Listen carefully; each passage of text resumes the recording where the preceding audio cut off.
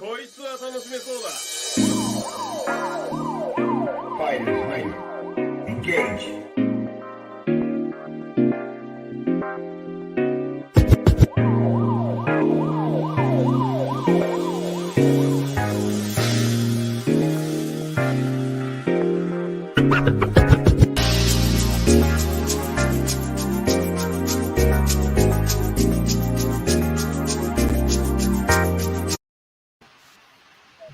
What's going on, everybody?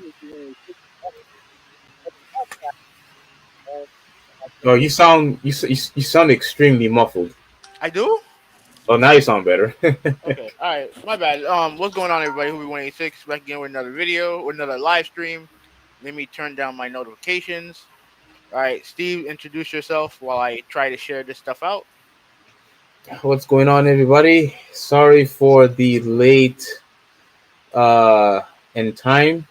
I mean, we had daylight savings, and yet we were still late in this podcast. Which is garbage, by the way.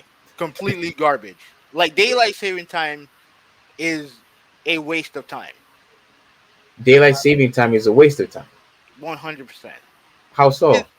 It's literally, it's 6 o'clock and it's dark out. Like, it like, come on, man. Like, get over it, man. Like we did, like, okay. I did some research on this, right? Daylight saving time. You actually wasted your time doing research on that? No, it didn't take that long. It took a couple minutes. All right. Let's see. Maybe I might learn something. Go ahead. Okay, so you know why it's done, right? It's for farmers. For farmers, yeah. Yeah, it's for farmers. And I'm like, yo, you tell me. I understand they live in a farm, but you tell me they don't have the technology to adjust. No, like you said, they live in the farm. It's not in the city. Man, like they can't post lights. Again, they're in the farm. It's completely blackout, and I think it's more of a a convenience, for them. Well, it's an inconvenience for me, and it like they need to adjust. Like they need to adjust. Like I So it's an inconvenience for you because it gets dark out too early. Yeah. Yes. I to be honest with you, I think I would prefer this than the other one. The other way, you prefer it to be spring back? Yeah, because one. No, not spring back. Spring forward. So wait, what the hell? So you prefer it to be darker earlier? Yeah, because I prefer to have a more time to sleep. You know what I'm saying? When time goes back, obviously you're not really used to usually, I mean, at least for me, I'm used to sleep, at a certain time. Mm-hmm. But when the time goes backwards, my body is still adjusted. It hasn't been fully adjusted to the new time. So it always seems like I'm more refreshed every morning when we are in this particular time when it comes to daylight savings. So I feel more refreshed in the morning time when it's like this. Well, I mean, I work overnight, so it's like it doesn't matter to me. I always sleep, like I'm sleeping with sunlight out, so it doesn't matter to me. But like it just I don't know. I just don't like the fact that it gets dark at 6 o'clock in the afternoon. Is that the only complaint? Yeah, pretty much. Yeah. Oh yeah, then they're not going to change it because of that complaint. No, obviously not. Obviously not. But like, I mean, it is what it is. I don't want to sit here bitching and complaining because we have a lot of shit to talk about, right? As you can see on the bottom scroll, we had to cut out topics as well. Like you said, there's a lot of stuff going on. There's a lot of stuff we have to talk about. So before we do, obviously me and you and some other friends, we spent some time watching UFC 268. Big props to I thought the show in general. What's going on, Malta? How you doing, man? I thought the show overall was excellent. It was great fights up and down the card. Big shout out to Michael Chandler and fight of the year, in my opinion. You can hear me, right? Yeah, I can hear you. Are you talking about the first fight? Yeah. Yeah, the one when you came in. I think you. Yeah. came in way. I came in. I think late first round. Dude, bro, you missed in the fabulous first round, dude. But I did rewatch it. That was nuts. Oh, okay. So when you came in, you saw why we reacted the way we did. Yeah, We were like going crazy the way those guys were just throwing blows at each other. yeah, Sensational. yeah, man. Like it was a crazy fight, man. And then obviously Rose retained her title against Wang Ji Lee. I forgot. I can't pronounce it. Zhang, whatever her last name is, Yeah, Zhang, yeah. yeah, That, whatever. that that was a great fight. I thought Wang won, but like at the same time, I can't be upset that Rose got the decision. You know what I mean? No, no, look, she hung her ground the first three rounds, Mhm. and it clearly she did lose the last two. But last time I checked, three is greater than two. I So agree. if she won three of those two of those first three rounds, she still should have won that fight. And I completely disagree with you, and I completely disagree with Soul Mhm. that you guys believe, oh, she didn't do enough to take the belt away. I That's crap.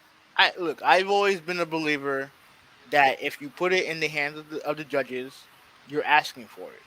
And I get it. It's not hard. It's not easy. But if it's a close fight with the champion and you don't do enough to dethrone the champion, then I can't get upset when the champion retains. At the end of the day, you have to unsee him, or you have to make it, dominant enough. And what helped Rose was the last two rounds. The last two rounds, she won decisively. I mean, it wasn't like a blowaway, but she won. She clearly won those two rounds. So it is what it is. And then obviously the main event, Kobe Yeah, Covington versus yeah. Go ahead. she did win, the last two rounds. But let's be frank here. Every time when she did take Zhang down, She she didn't do. didn't really put that much work into it when Yeah, she she did. was Yeah, on the she didn't. floor. Yeah, she didn't do much. She didn't do Yeah, much. she didn't do it. So even though yes, she was on top, yes, Zhang really couldn't do much of anything. But that was not a dominant fight on Rose's behalf. No, It no, was not a no, dominant fight. no, no. But like to me, like the fight, all five, like the rounds that Jang won were close rounds.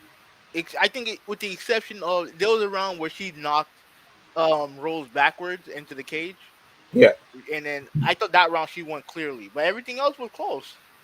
And I mean, it is what it is. I think they'll fight each other again. I think they'll have a third fight. I don't know if it's gonna be immediate, but they'll have a third fight. Hmm. That's I think she was screwed over, but all right. We'll see. But the main event, Kobe Covington versus Kamaru Usman. It was a great fight. Not as good as their first fight, but it was a great fight. well, that was because Osman was more dominant in this one. Yeah, but like I thought Kobe did a great job of rebounding, especially the last couple rounds. But Kumaro, his striking was the difference. Just like it was in the first fight, his striking was the difference. Kobe tried to introduce some wrestling into it, and I thought for the most part, I thought he did well overall. And like to me, when it comes to the is it well, yeah, they're in the welterweight division, and when it comes to Yeah. welterweight, Kamaro is that far ahead of everybody else, but I think Kobe is right underneath him. Well, the reason why I believe that fight was so great on Usman's behalf is because I don't think I ever seen so much parrying in my life. I don't think I ever seen that many parrying. Like he was just constantly whenever what's his name Covington, right? Hmm. Whenever he was trying to do low kicks and whatnot, he would just completely block them, or he would just knock his feet out the way. Like it was just so amazing to watch, catching all of his kicks, using a lot of counter moves, counter attacks. I honestly believe that he has gotten way better than their last fight. He really No, yeah, drastically. I think he got better, but I think that once the fight started getting more into the flow, I thought Kobe did a lot of good things in there. So Yeah, he got the good. He had a lot of good hits. He stunned him a couple of times. yeah, Uh, so yeah. like I don't know what's next for Kamaro. Um, there's a fight next. I think the next big UFC card is gonna be Jorge Masvidal versus Leon Edwards. Now Leon Edwards is on a huge winning streak, right? The problem is Mhm. that he's already lost to Kamaru Usman already, right? But I think a lot of people feel that if he beats Jorge Masvidal, he's next in line for Kamaru. Obviously, you can't run back Jorge and Kamaru because we saw what happened. Like Kamaru Usman, pretty much, he sent them to the nether realm. You know what I mean? That's funny. He like he sent them. He sent them.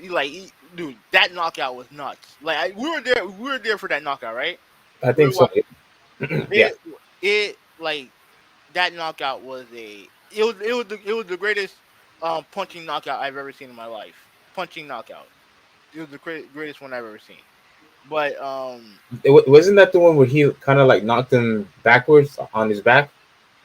no, it was the one where he punched him so hard. If you do it in slow motion, where all the sweat just keep poured out of Jorge's body when he after he punched him, and then he Hmm. just fell flat on his back. Yeah. So yeah, that's what I meant. Yeah, yeah, yeah, That's what I said. He fell on his yeah, yeah, back. yeah, He yeah, was on yeah, his back. Yeah. yeah. Okay, yeah, yeah. So obviously you're not gonna run that back. You know what I mean? Because like I said, he's already lost to him twice, and the second time he pretty much knocked him out. So, but with Kobe, win or lose, he has to fight Jorge. He has to fight Masvidal. There's a lot of bad blood between those two. Those two used to be the best of friends, and when Kobe started, doing the whole shtick with the whole MAGA thing, and he started like trashing his former teammates, that's a Yeah. fight. That's a fight that needs to happen. That's a fight that needs to happen. So, What? But is there another fight that you're interested in watching? well, obviously, Juliana Pena versus Amanda Nunes is going to be on that same card, I believe. And even look, Juliana Pena, in my opinion, does not stand a chance against Amanda. But she's done a lot of trash talking to Amanda over the years. So I want to see that fight for that reason. Well, Amanda Nunes is just annihilating the competition at this point, and I honestly believe she's probably bored at this point because when she well, I don't want to say destroyed, but yeah, she pretty much destroyed Cyborg. I said to myself that there isn't anybody left. I mean, she beat the best of the best already. Like I said, the only like When, she's beating when- everybody. yeah, when she did that to Holly Holmes, also, who is by far an extremely great boxer, Mm. and for her to knock her out like that, and for Holly Holmes to actually be intimidated and was constantly giving her space and was constantly, it was like she was running for her life. It seems like before she got knocked out. I don't know if you remember how she lifted up her leg. Like Mm. it seemed like she didn't know what to do. She looked completely lost. Well, And I mean, she kind of always fights that way, but the problem is that she don't have like she can't deal with that type of power, MMA power. Like Amanda Nunes hits like a dude, like straight up, she hits like a dude. Like her power is like ridiculous, and women, the only way they can replicate that type of power is by sparring with dudes, and like yeah, it's cool and everything like that, but like you can't mimic that. You cannot mimic that type of power, and like I said, like I think she still has the hunger to be the best, but the it's getting thin out there for. And remember, she's a two belt champion. She has a championship and two belts, and that's right. Yeah. there's nothing for her in featherweight. There's nothing over there in featherweight, and so like I think what's the I think bantamweight is the one that is the one that has all the fighters, but no, there's no one in her class right now. Like I said, the only person that can compete with her is Valentina Shevchenko, and Valentina is a lot smaller than her, and she technically lost to her twice, even though they were very close. Even though their both fights were very very close. Isn't she the champion though? She's a champion at is it strawweight or Yeah. I forgot what division it is. yeah. But yeah, she's a champion right now. So I don't think they're not fighting again. But yeah, but look, she has no competition on her division either. she's mowing people down crazy in that division as well. Yeah, yeah. Like, So, it's really the only fight to make, but they've already done it twice already. well, I forgot who had said this. That the only problem is, UFC, like so many, other jobs, in this, when it comes to, the working field, a lot of women just don't like to partake in these type of jobs, and it's very unfortunate because women can absolutely be entertaining and show their skills when it comes to MMA fighting. Like we've seen it, but we just don't have enough. Like it's not even close to how many divisions the men are in. The number of men that we have with the women is just not enough. Like Yeah, well, it's so much easier to dominate in women's MMA than the men, in my opinion. yeah, because you have to look at it like there's, like you said, there's not as much women, and plus the sport for women's MMA is new. Like, you remember back in the day, George St. Pierre dominated his division for a long time. Like, they're like these MMA things go in cycles, right? Back in the day, very first UFC, in the first couple UFC was about Royce Gracie, right, and his Brazilian Jiu Jitsu, right? He was able to dominate everybody. Didn't matter how big. And this is where the time that they had no regulations, and so no uniform, no nothing. They were just two random dudes just fighting each other, right? Once everything got regulated and stuff like that, it was the guys who were multi-dimensional that were kicking people's asses, right? Like, you had your who was dominant back then? I'll probably say one of the first ones, like George St. Pierre, BJ Penn, and guys And like that. so, Huh? Yeah, Anderson Silva. Yeah, Anderson Silva. But now it's got now you the guys who are dominating now are guys who grew up with the sport. Like, they grew up watching MMA. They grew up wanting to be in MMA. Like, back in the day, guys only wanted to either be, a Brazilian Jiu-Jitsu black belt, or like a karate champion. They only practice one discipline. yeah, Now with MMA, it blends all those disciplines together. So women's MMA is going through that same renaissance. Now, you look at what happened with Ronda Rousey. The reason why she was able to dominate was because she was extremely disciplined in judo. And then what happened? What happened with the women's game? It elevated, and you look at the person who benefited the most out of that is Amanda Nunes, yeah, because she could do it. She could do it all, and plus she had the knockout power that very few women have at her disposal. Like, when she knocked out Cyborg, that was like, whoa, because Cyborg was that killer. yeah. All throughout the years, you like the one female, obviously I heard about the Gina Carano's, and I know Misha Tate was around back then. I think she's actually coming back soon. No, she's already back already. Oh, she's back already. Okay, okay, okay. Yeah. But the person that I heard about was like the MMA woman was Cyborg, and when Amanda Nunes knocked her out, and remember they were throwing bombs at each other, Yeah, right? And she survived that. I'm like, yo, there's nobody that can touch this woman right now. Nobody. yeah. She drastically improves, like by a lot, like Yeah, and a lot. Yeah, yeah, but the same thing has to happen. What happened in the men's game has to happen in the women's game, yeah. right? But the problem is though, even back then, with the men, they still have plenty of guys in different divisions, and a variety of guys with different skills with different skill sets. Yeah, yeah, yeah. With the women, you still don't have that many women that wants to partake in the sport, in my opinion. But it will continue to grow the more and more that women's MMA is featured. It will continue to grow. I believe it will. I actually hope you're right. I don't think it's gonna happen, but I hope you're right. No, it will. It will. Trust me, it will. Like, you look at how popular Ronda Rousey was. Like, come on. Like, it will happen. At least I believe it will happen. So, all right. So, Yeah, it's unfortunate that she decided not to come back. I actually blame her, to some degree, that she wanted to face Amanda Nunes like as soon as she got back. I honestly believe that her strategy should have been, you fight somebody. Remember, she took like a year and a half off. basically a year off. Yeah, you take that long time off, and you and ourselves experience whether if it's you know in anything, like when you don't do something for a long period of time, you get rusty. It could be in sports, it could be in games, it could be in anything. You get rusty. So for her to get a title shot immediately after coming from a year off of not fighting, of not, basically doing anything. Now she did lose weight, she cut up a lot, but who cares? That didn't matter. She should have waited. She should have gotten, fought to somebody at low level before, she got into, Manny Nunes. So now, I blame UFC for that. Like I can go on a tirade about that, about how they completely disrespected Amanda Nunes during the whole build, put everything surrounding.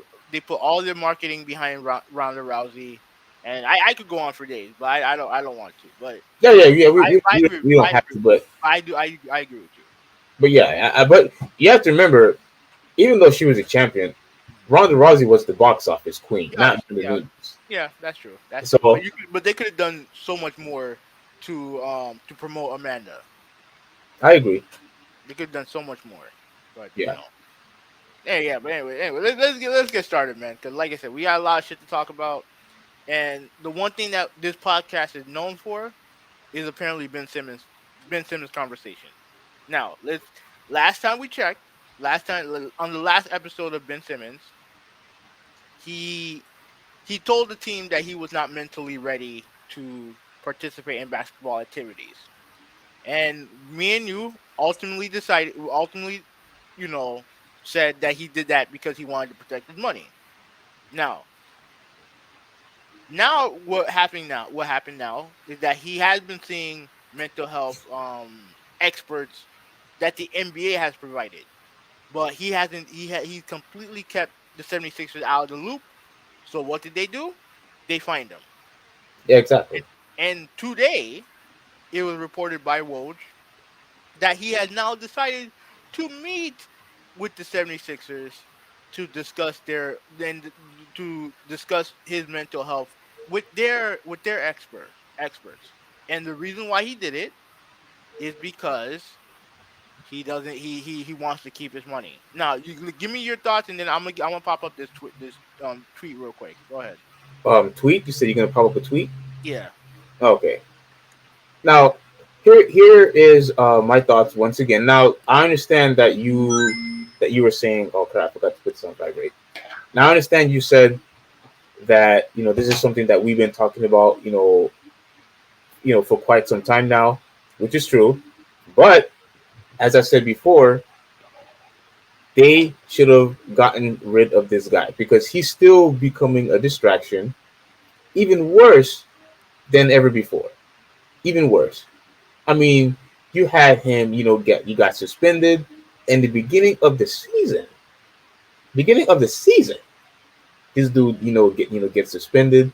This dude doesn't want to cooperate. This guy, brings his phone. This guy is telling that he doesn't want to stay here anymore. We have, I mean, he hasn't even, tried, to make amends, with the fans. No apology. Oh, Wasn't being Philly, apologetic. Philly don't want to hear that. Like, Philly don't want to hear that. Like yeah. that fan base is crazy. You see this right now. Let me see. Oh, okay. Yeah. Go ahead and read it. Go ahead. Go ahead. Okay, this is from a local Miami radio personality Jonathan Zaslow, and he echoed my thoughts exactly. You got a lot of athletes out there admirably helping bring awareness to mental health slash struggles. It's about time one of them calls this kid out for making a mockery of it because he wants his money. Now, the reason why I like the tweet, and the reason why I agree with him is because this is exactly what Ben Simmons is doing. He's making a mockery of mental health. Now, I'm not saying he don't suffer from it. Like I mentioned, and I know you don't agree with me. No, no, no, no. Listen. All right. I do believe that there's something going on in his head. Now, maybe it just him just doesn't want to be in Philadelphia. But Yes, that's exactly that what it is. No, I think it is that too. But I do think that there's something going on with his head because he's too talented to act the way that he acted during the play. I will always stand by that. He's too talented. But at the end of the day, this is what the pattern shows what he's doing. He's only protecting his money. It's the only reason why he's there in the first place. It's the only reason why he decided to come up with the excuse when it comes to with the You said mental health. come up with the excuse. What? That he come up with the excuse of mental health. It's the reason why he brought it up so that it would protect his money, and this is the reason why he had decided to cooperate with Philadelphia because guess what? They fined him for pretty much you know being disobedient, and now he wants to play ball with the Sixers. Like this is what he's doing. The pattern is all there. This is what he's doing. So go Yeah, ahead, you get off what you're gonna say, and then we'll move on. yeah. I'm gonna let me just let me just read this Hmm. real quick and hold on. Yeah, let me just read this article, real fast. It's just pretty much about the fine, and I'm gonna obviously give you my 2 cents, my commentary, about that. Yeah. So obviously, you mentioned the fine already, but Mhm. just to reiterate, it says according to ESPN, Ben Simmons had been fined 360,000, one full game check after missing Thursday's games against the Detroit Pistons. This is not the first time Ben Simmons has been fined by the um, Philadelphia 76ers. The fine has been imposed since preseason and only stopped when Ben Simmons reported about mental illness to the Philadelphia Sixers doctors. Now, like I said before, it took me like what, like 20, 30 minutes to finally convince you to say that what he was saying was nothing but a bunch of horse manure. It was BS from the get go. It was BS. Because, as I said before, where was all of this, mental health stuff previously? He never mentioned anything about, mental health. And I was waiting for for a couple of weeks to see if anybody else from the 76ers would come forward and say that Ben Simmons was going through, mental health. And I haven't seen anybody said that yet. Because you would think if he this is why I said Wait, you wait. Before you continue, I don't know if that's something that they would do like off rip. You know what I mean? Like, because like I said, they're not like up until recently they're not communicating with each other. So I don't know if that's something that I would see them doing unless he would unless it was something where it wasn't adversary. If let's say for example, if he never requested a trade or everything was fine, but he was dealing with something mental health related, then I think they would say it. But clearly, you know, they're not doing it now. I don't think they would do it. no, but what I'm saying is if you are correct that he was actually going through some type of mental health issue, Hmm. I would assume that he would have shared that even before last year's playoffs, that he had something going on in his head. And if so, somebody would have backed him up by now and say that, hey, guys, this dude had shared, his story about mental health, even before. So what he's Well, saying is legit. I mean, Joel Embiid pretty much, after he said what he said about Ben Simmons before, he pretty much, is backing him up. Like I heard Tobias Harris say that they're backing him up. Now they didn't say anything about being mentally Exactly. ill or That's my nothing like point. that. But they're supporting him. They're supporting him. They don't have to. You saw how Joel Embiid was, but now he's backing him. So like I don't think they want to just come out and say it off rip. But I also think that but they are supporting him. That's all I'll say. And Malta asked what mental illness. The mental illness of not being able to shoot the ball. Like maybe I don't know. I don't know. Well, But like yeah, go well, ahead. I think it's more so to the constant criticism that he was receiving from fans and from the people in the media. Yeah, I think that has a lot to do with that too. I think that Yeah, and people and they're not used to that. He's not used to that because, like I said, he spent all his career being coddled by LSU, by by like media and all that other stuff about how great he was, And like I said, he gets a bit of criticism, from the coach and Joel, and he can't handle it. At least that would have seemed like from the outside, he can't handle it. But Yeah, go ahead, wrap up what you're gonna say. yeah. So I'm not going to read this whole entire article. Like it's too much to read. But what I wanted to suggest was that yes, not suggest, but what I wanted to say was that yes, he is full of crap. I honestly believe he's full of crap, and all he wants to do is, like you said, save his money. Now, that tweet that whoever was that guy that posted that tweet was was something I actually mentioned in my Twitter feed not too long ago, where he is basically making a mockery out of people who really do have suffering from mental illness or mental health and whatnot. But I don't want to get into this argument. But like I said before, I still believe with him and everybody else that I mentioned in the past, whether if it was Simone or Naomi, And I do want to address that real quick too. which is her or and Naomi, I believe all of it is a bunch of crap. Okay, Okay, let me. because it's based on convenience. If they um don't want to do something, they want to use mental health as a scapegoat. That's it. Let me. All right. Let me address But the. but, but, but before you do, I do want to say it's good to see that Naomi finally wants to go back and play tennis again. I actually read that not too long ago, which is good. But I'm still disappointed. But good for her. Go ahead. Okay. Now, when the Simone Biles thing happened, right? She came up with all these. I guess you could call them excuses. Like about what she was going through during the Olympics, right? Now, when it came to Naomi, and this is what my biggest problem is with what you're saying. Naomi never used her mental health as an excuse for losing. You can make an argument for that when it comes to Simone, but Naomi never did that. She would have wanted to play. The problem is that she had an issue talking to the media about certain things because I guess she just wasn't mentally ready to do that. That had nothing to do with her being. Did not had nothing to do with her playing. And my point to prove to you is that these situations are not the same. They're not the same.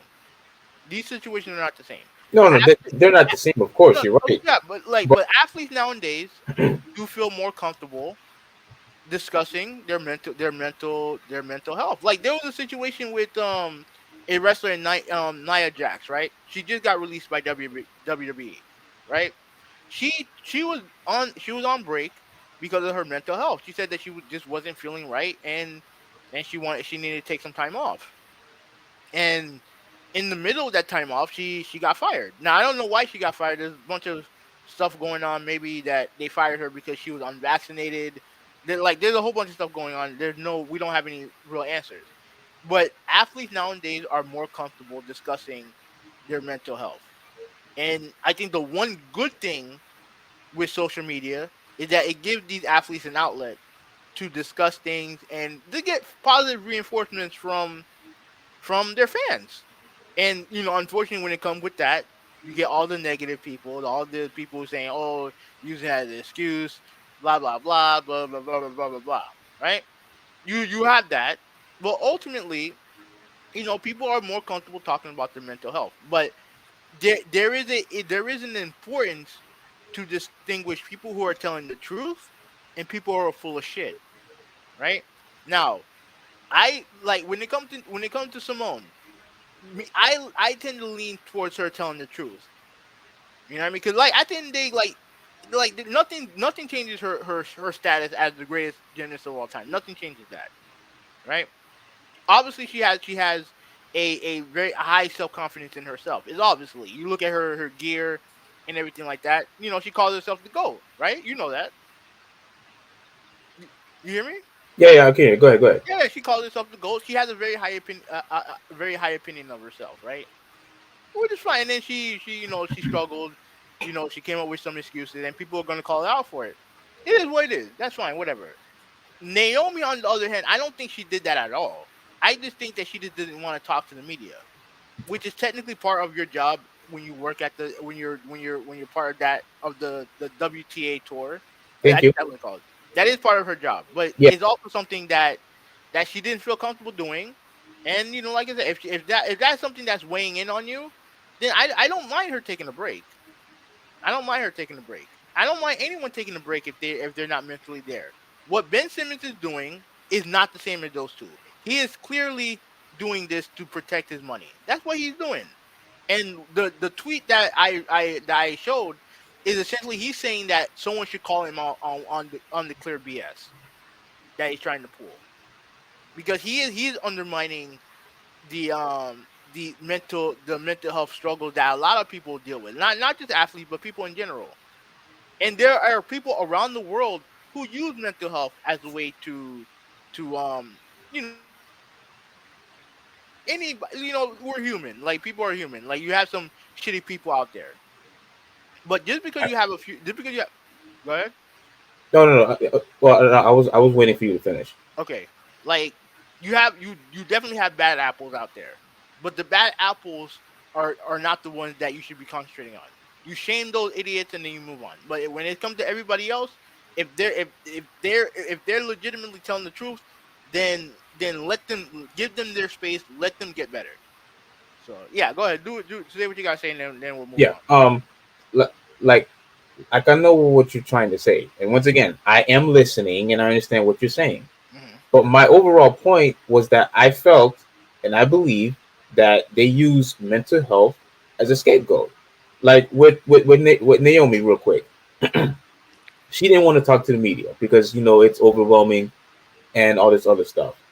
I have to go back and look. Maybe if you or Malta might know, but a lot of those times where she didn't want to talk to the media, it was usually over a loss. And and to me, it's still part of your job, whether you win or lose. You have to talk to the media. That's what you're I signing up for. there was one case where she was asked a question and she started crying, but I don't know if that was after. I thought that was after a win. But I don't remember. I don't remember. Yeah, I would have to go back and look. But again, she wanted she took time off. She wanted a break or whatever whatever it was. But it was really because she didn't want to talk to the media. And and when it comes to Simone Biles, for her to just quit like that because she stumbled. Because remember, I paid attention to Simone Biles even before Tokyo had started, and I told you this, I think in the beginning of our couple of podcasts that we did. She did not look good even during the tryouts. And you don't think she There, was? there, there was You there don't was a think she there was was going a something? there was a post. I actually put a post on Twitter where I basically said she made a couple of mistakes, but she still ended up getting a very high score, and I praised her for it. Huge acclaim coming out from me, right? But then when she decided to quit because of all the crazy mistakes that she was doing, whether if it was falling out of bounds, not doing her routines correctly, stumbling, all this other stuff, not putting her feet together, like rookie mistakes. I'm just saying to myself, why in the world are you going to quit now when you basically in the mid of the tournament? And I believe that she wanted to quit because she was being outperformed by everybody else. I believe it's the Ronda Rousey effect, where you were getting a lot of praise, a lot of fame, people calling you the number one, people calling you the best, and I honestly believe that she's just going to take the pressure, and so she's decided to quit. But then she comes back at the exact same event. So where did the mental health come in from that time? You mean to tell me that it was because of mental health, but then you were able to come back in the exact same Tokyo event, which is why I'm not buying it. I'm not. It makes no sense. Mental health is still mental health. It's not something that you play with. You know what I'm saying? Now, regarding with the whole Ben Simmons thing, yes, he obviously is trying to protect his money.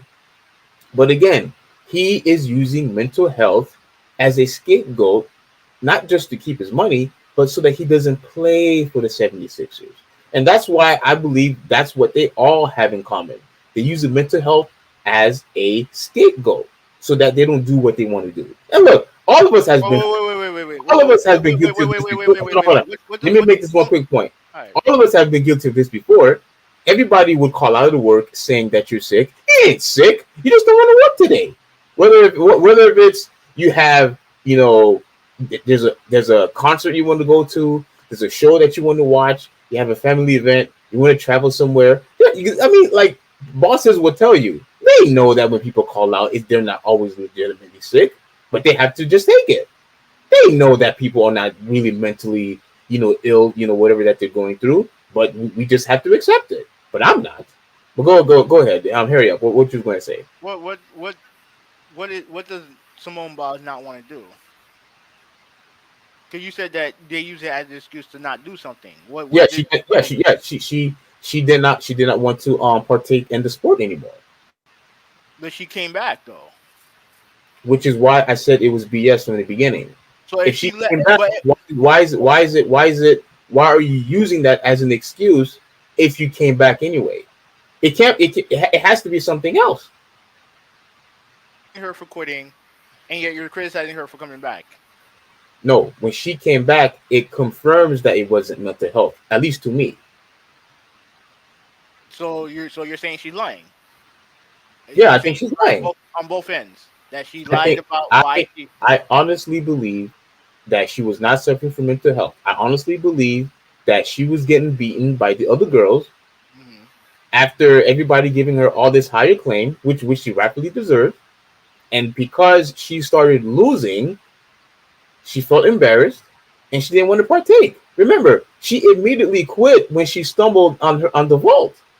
Immediately quit, and telling all the other girls, "Oh, you know what? I've already done this. I got my medals. You girls go ahead and knock this thing out. I'm good." Get the hell out of here, man! I do not want to hear that. You don't. Did she say that? Yes. Well, I'm gonna need audio. Dude, she said that. Dude, well, obviously you're going to say it because you didn't watch the game. You didn't watch it. The only thing I heard was her encouraging her teammate. That's what I heard. Dude, you need to listen to everything that she said. But she said that she did this. She was saying things like, "Oh, I did this," or whatever, trying to encourage them. But at the end of the day, if you really were suffering from mental health, why did you come back? I don't think it was mental health. If she just quit and didn't come back. I believe because it was the balance beam. She's one of the best when it comes to the balance beam. When there was an opportunity to go to that event, that's when she decided to do it because she knew. I think she knew she was going to do well on the balance beam. She's the best at it. I mean, she's the best. Isn't she the best at everything? No, Michaela is the best vault of all time.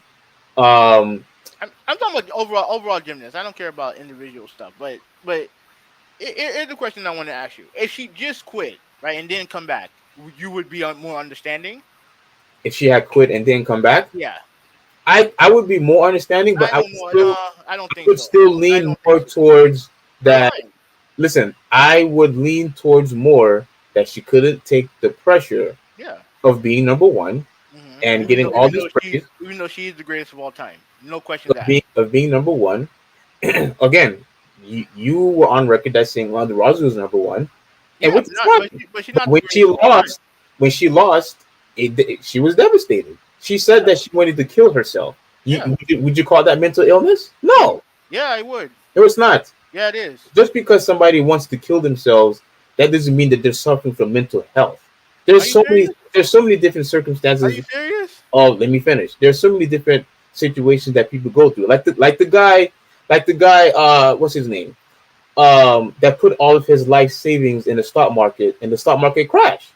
And so he killed himself. He wasn't suffering from mental health. He was just devastated of what happened. He lost everything, so he decided to kill himself. That doesn't mean he had a mental illness. So you think it's normal for people to kill themselves? It's not just because somebody kills themselves, that doesn't mean they were suffering from a mental illness. I think that if you're willing to kill yourself, you're dealing with something. No, he was was perfectly fine before he lost his money. Well, no, lots of people lose their money. They don't go out and kill themselves, Steve. Oh man, you see, this is what you're not understanding the point. No, I understand. I understand your point. I don't agree with it. He would have remained alive if he never lost his money. And nobody would have never said, "Oh, he's suffering from mental health." Probably because he lost everything, he killed himself. That doesn't mean he had a mental problem. He was just too devastated of what happened to him, and so he felt like taking his own life was the best option for him at the time. Really? So, and you don't, and you don't think that, Just and you like, don't think that's mental. You don't think that's mental health. no, I think he was just devastated that he lost his Look, money. a lot of people are devastated. They don't go out and kill themselves, He lost all of his money. and that's fine. But that doesn't like people lose money all the time. I don't think he was. So you think he was diagnosed with something? It doesn't matter what he's diagnosed with. I'm just going by what he did. If he's willing to kill himself, clearly he's dealing with something. When somebody kills somebody else, are they crazy too? Yeah. I'm talking about like Yes. mentally crazy. Yeah. Okay, Because when you're crazy, that's a mental thing.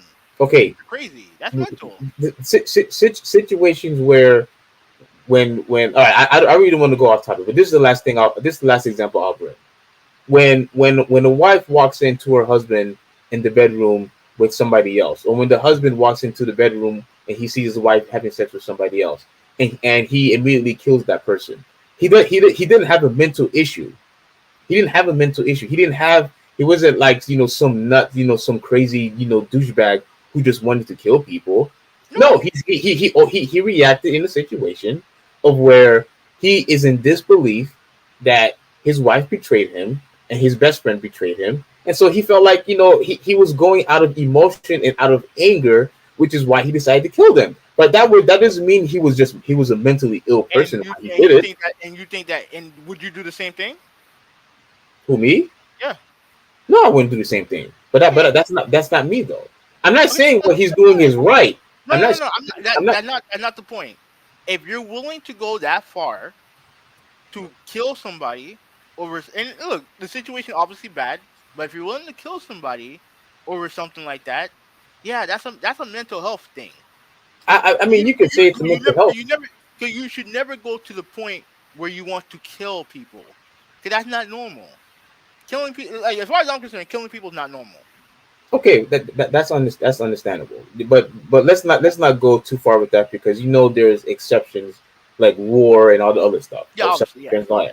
But what I'm saying is the action, the intent of the doer is obviously bad. But I don't believe that just because you do something crazy or outrageous, that means that you had a mental problem. Like, that's why I brought the guy with the stock market thing when he lost all of his money.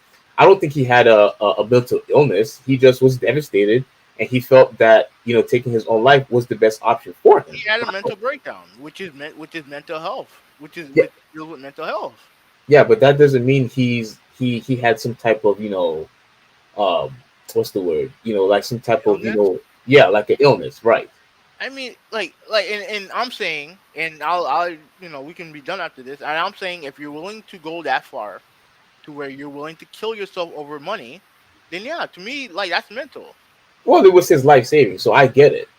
I wouldn't do it, but you sympathize with that. You know what I'm saying? Obviously, you sympathize with that, but why can't you sympathize with? If you sympathize with a guy losing all his money, then why can't you sympathize with someone who's clearly struggling? Who's clearly struggling, whether it's Naomi, whether it's or with Simone or anybody else that is not full of shit like Ben Simmons. Why can't you sympathize with them? Because you believe they're using mental health as an excuse. Yes. That's why. Yes. And to me, I don't think losing all your life saving is an excuse to kill yourself. I don't either. But you sympathize with him. Of course. Of course. Please don't compare the two. You brought up the story. I didn't bring it up. You brought it up. Yeah, about a mental issue. But you were saying that. No, I knew we was gonna go a little bit off topic. But at the end of the day, I believe Ben Simmons is full of crap, and I am so happy that that the 76ers decided to find him. I'm really glad that they put their foot down, because they can't. This is too much. Enough. All right, enough. Like, you telling me that all we want to do is for you to get better. That's all we want. We want you to get better, start shooting the ball so you don't get exposed in the playoff. That's it. But if you don't want to do that, then yeah, we have to get rid of you. And now you're telling me that he wants to cooperate. Like, I saw the article. He wants to cooperate now. and so he doesn't, so he doesn't get fined. That to me, like just get rid of the dude now. Just get rid of him. And if you can't get equal value, that's fine. But just get him off your team because clearly he's not going to play for you anymore. They're wasting their time. They're wasting their money. Just leave and hopefully what the NBA is going to do is change their what do you call it, their bargaining agreement or whatever, Hmm. and hopefully that this will prevent prevent players from doing whatever that the hell that they want to do. And once again, this Hmm. is what happens. I told you this before. This is what happens when you let employees take too much control over a corporation. You get stuff like this. This is what happens. Yeah, But but what they do situations where not allow players to be part time because they don't want to take a vaccine. They put their foot down, and then all of a sudden they're the bad guy now. yeah, because it's outside interference. But let's not go too far. So Okay, all at right. the end of the day, it said that the return did not start on the great note for Ben Simmons after he was kicked out of the practice by the coach Doc Rivers for failing to engage in the drill once again. Negligence, disobedience, misconduct. Earlier, ESPN citing a source had reported that Ben Simmons had discomfort in his back on Thursday, and with the help of Philadelphia Sixers staff, he underwent brief treatment, getting the clearance from medical staff. However, the player left the arena without doing any on court activity. Once again, more crap, more BS that we have to deal with. I wonder what's the next excuse he's going to give. I wonder what's next. I I wonder think what's next. the next thing is them sending him home and saying, "All right, listen, they may come up with an agreement where they won't fine him, but you have to go home. Just go home and wait till things get settled. That's what I think is gonna happen. You think that's what's going to happen? Mhm. They're going to send him home. Send him home. Come up with an agreement not to fine him, and just go home, do what you gotta do, hang out with your model girlfriend or whatever, and then we'll figure out a trade whenever we get a chance. Whenever we get a chance. That's what I think is gonna happen. No, okay. All right, All all right. right. So let's move on. Right Yeah. now, the big topic over the half of the week was Aaron Rodgers, right? So what happened was he got COVID, and then it came out that he was unvaccinated, and there are tons of interviews about him trying to trick people into believing that he was vaccinated when he really wasn't. He pulled all the bullshit about lying and shit like that.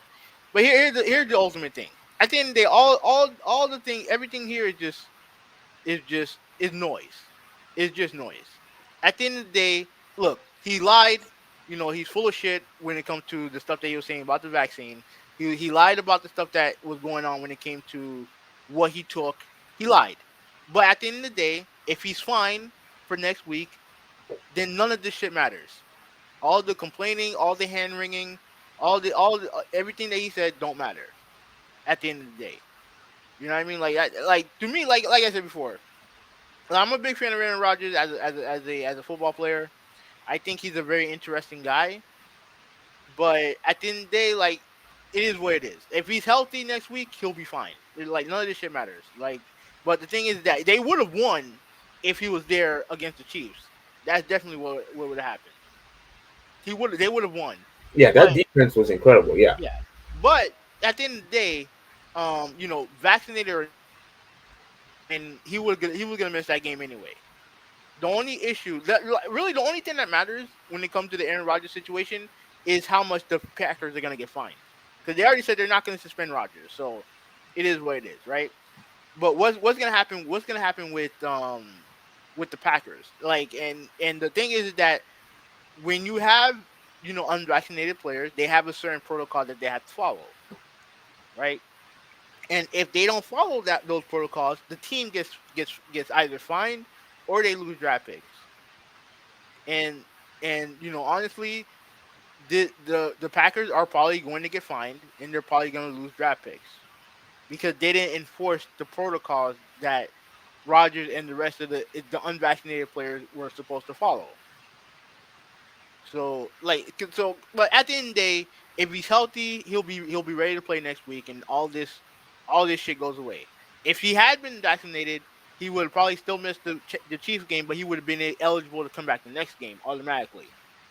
But yeah. So that's really my thoughts on it. Like, what about you? uh, to me, I think something fishy is going on. Because correct me if I'm wrong, but I think the NFL partly own the Green Bay Packers anyway. Oh no, the city of Green Bay does. It's weird. I don't get it, but that's the city of Green Bay owns the Packers. Well, that's weird. I thought it was the NFL that owned them. I'll look it up, whenever I have the time. Yeah. But when it comes to Aaron Rodgers and this whole COVID stuff, do I believe that he lied? Yeah, I mean, I don't want to say lie. I think it was just all semantics. I think he was playing word games. Which is lying. Okay. Like, look, Steve, look. If someone asks you, "Are you vaccinated?" and you say you're immunized, you're lying. You're clearly lying. You know what he asked you. You know the context of why he asked you, and now you're playing word games. That's a lie. That's a lie. It's like you don't have to tell a complete lie. You don't have to answer in a complete lie to be lying, because you know the context of what he's asking you about. He even mentioned during his long answer after there are guys that are unvaccinated. And I'm like, my dude, you fall under the unvaccinated. It's not guys, it's you too. You're unvaccinated.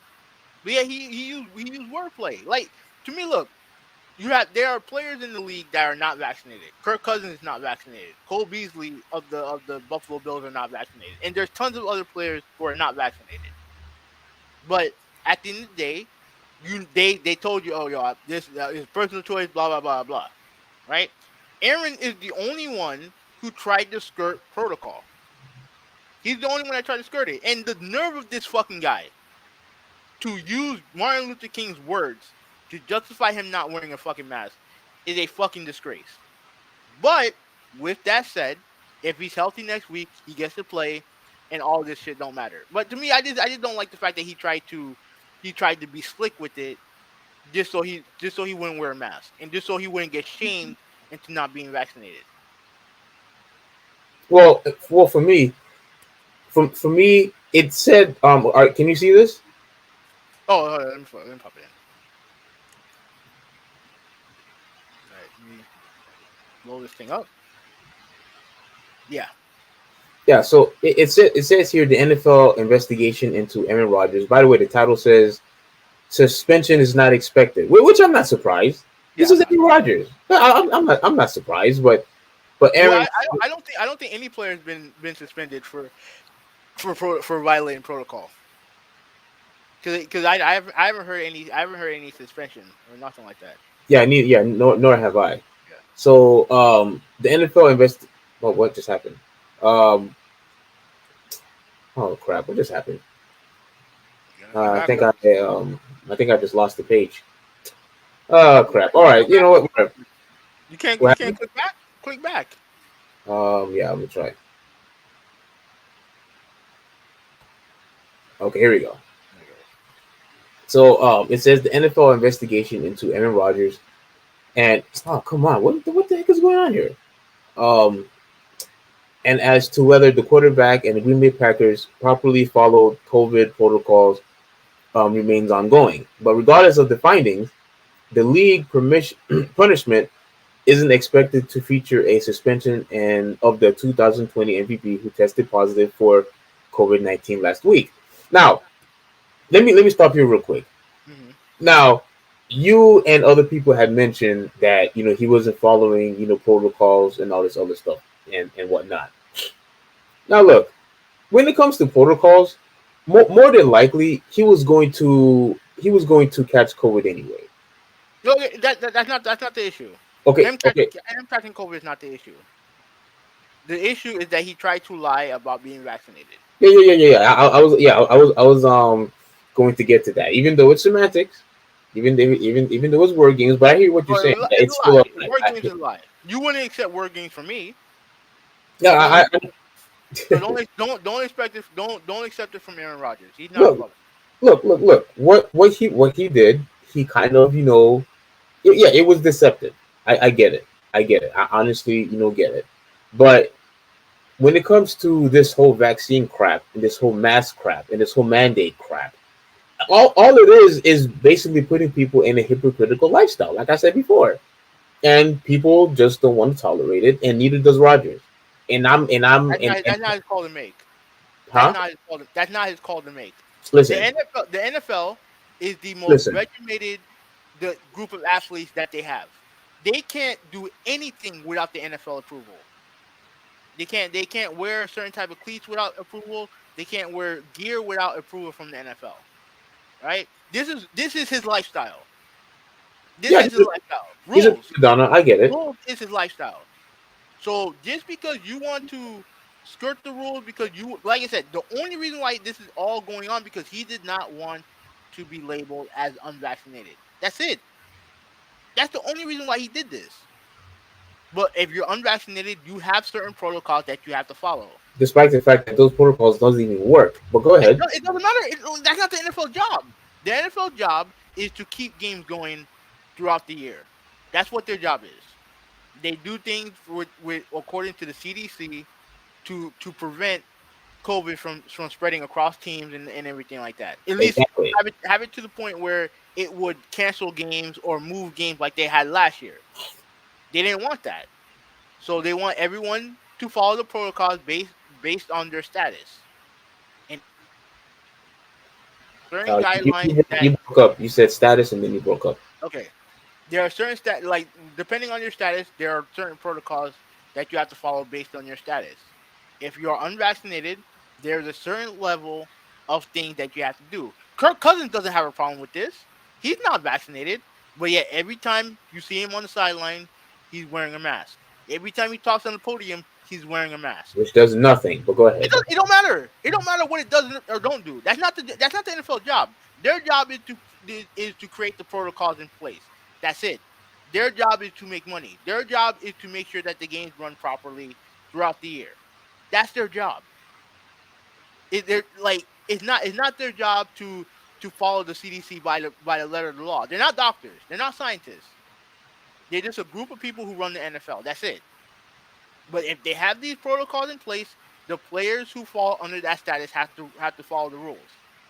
And he didn't want to follow the rules because he thinks that he's above everybody.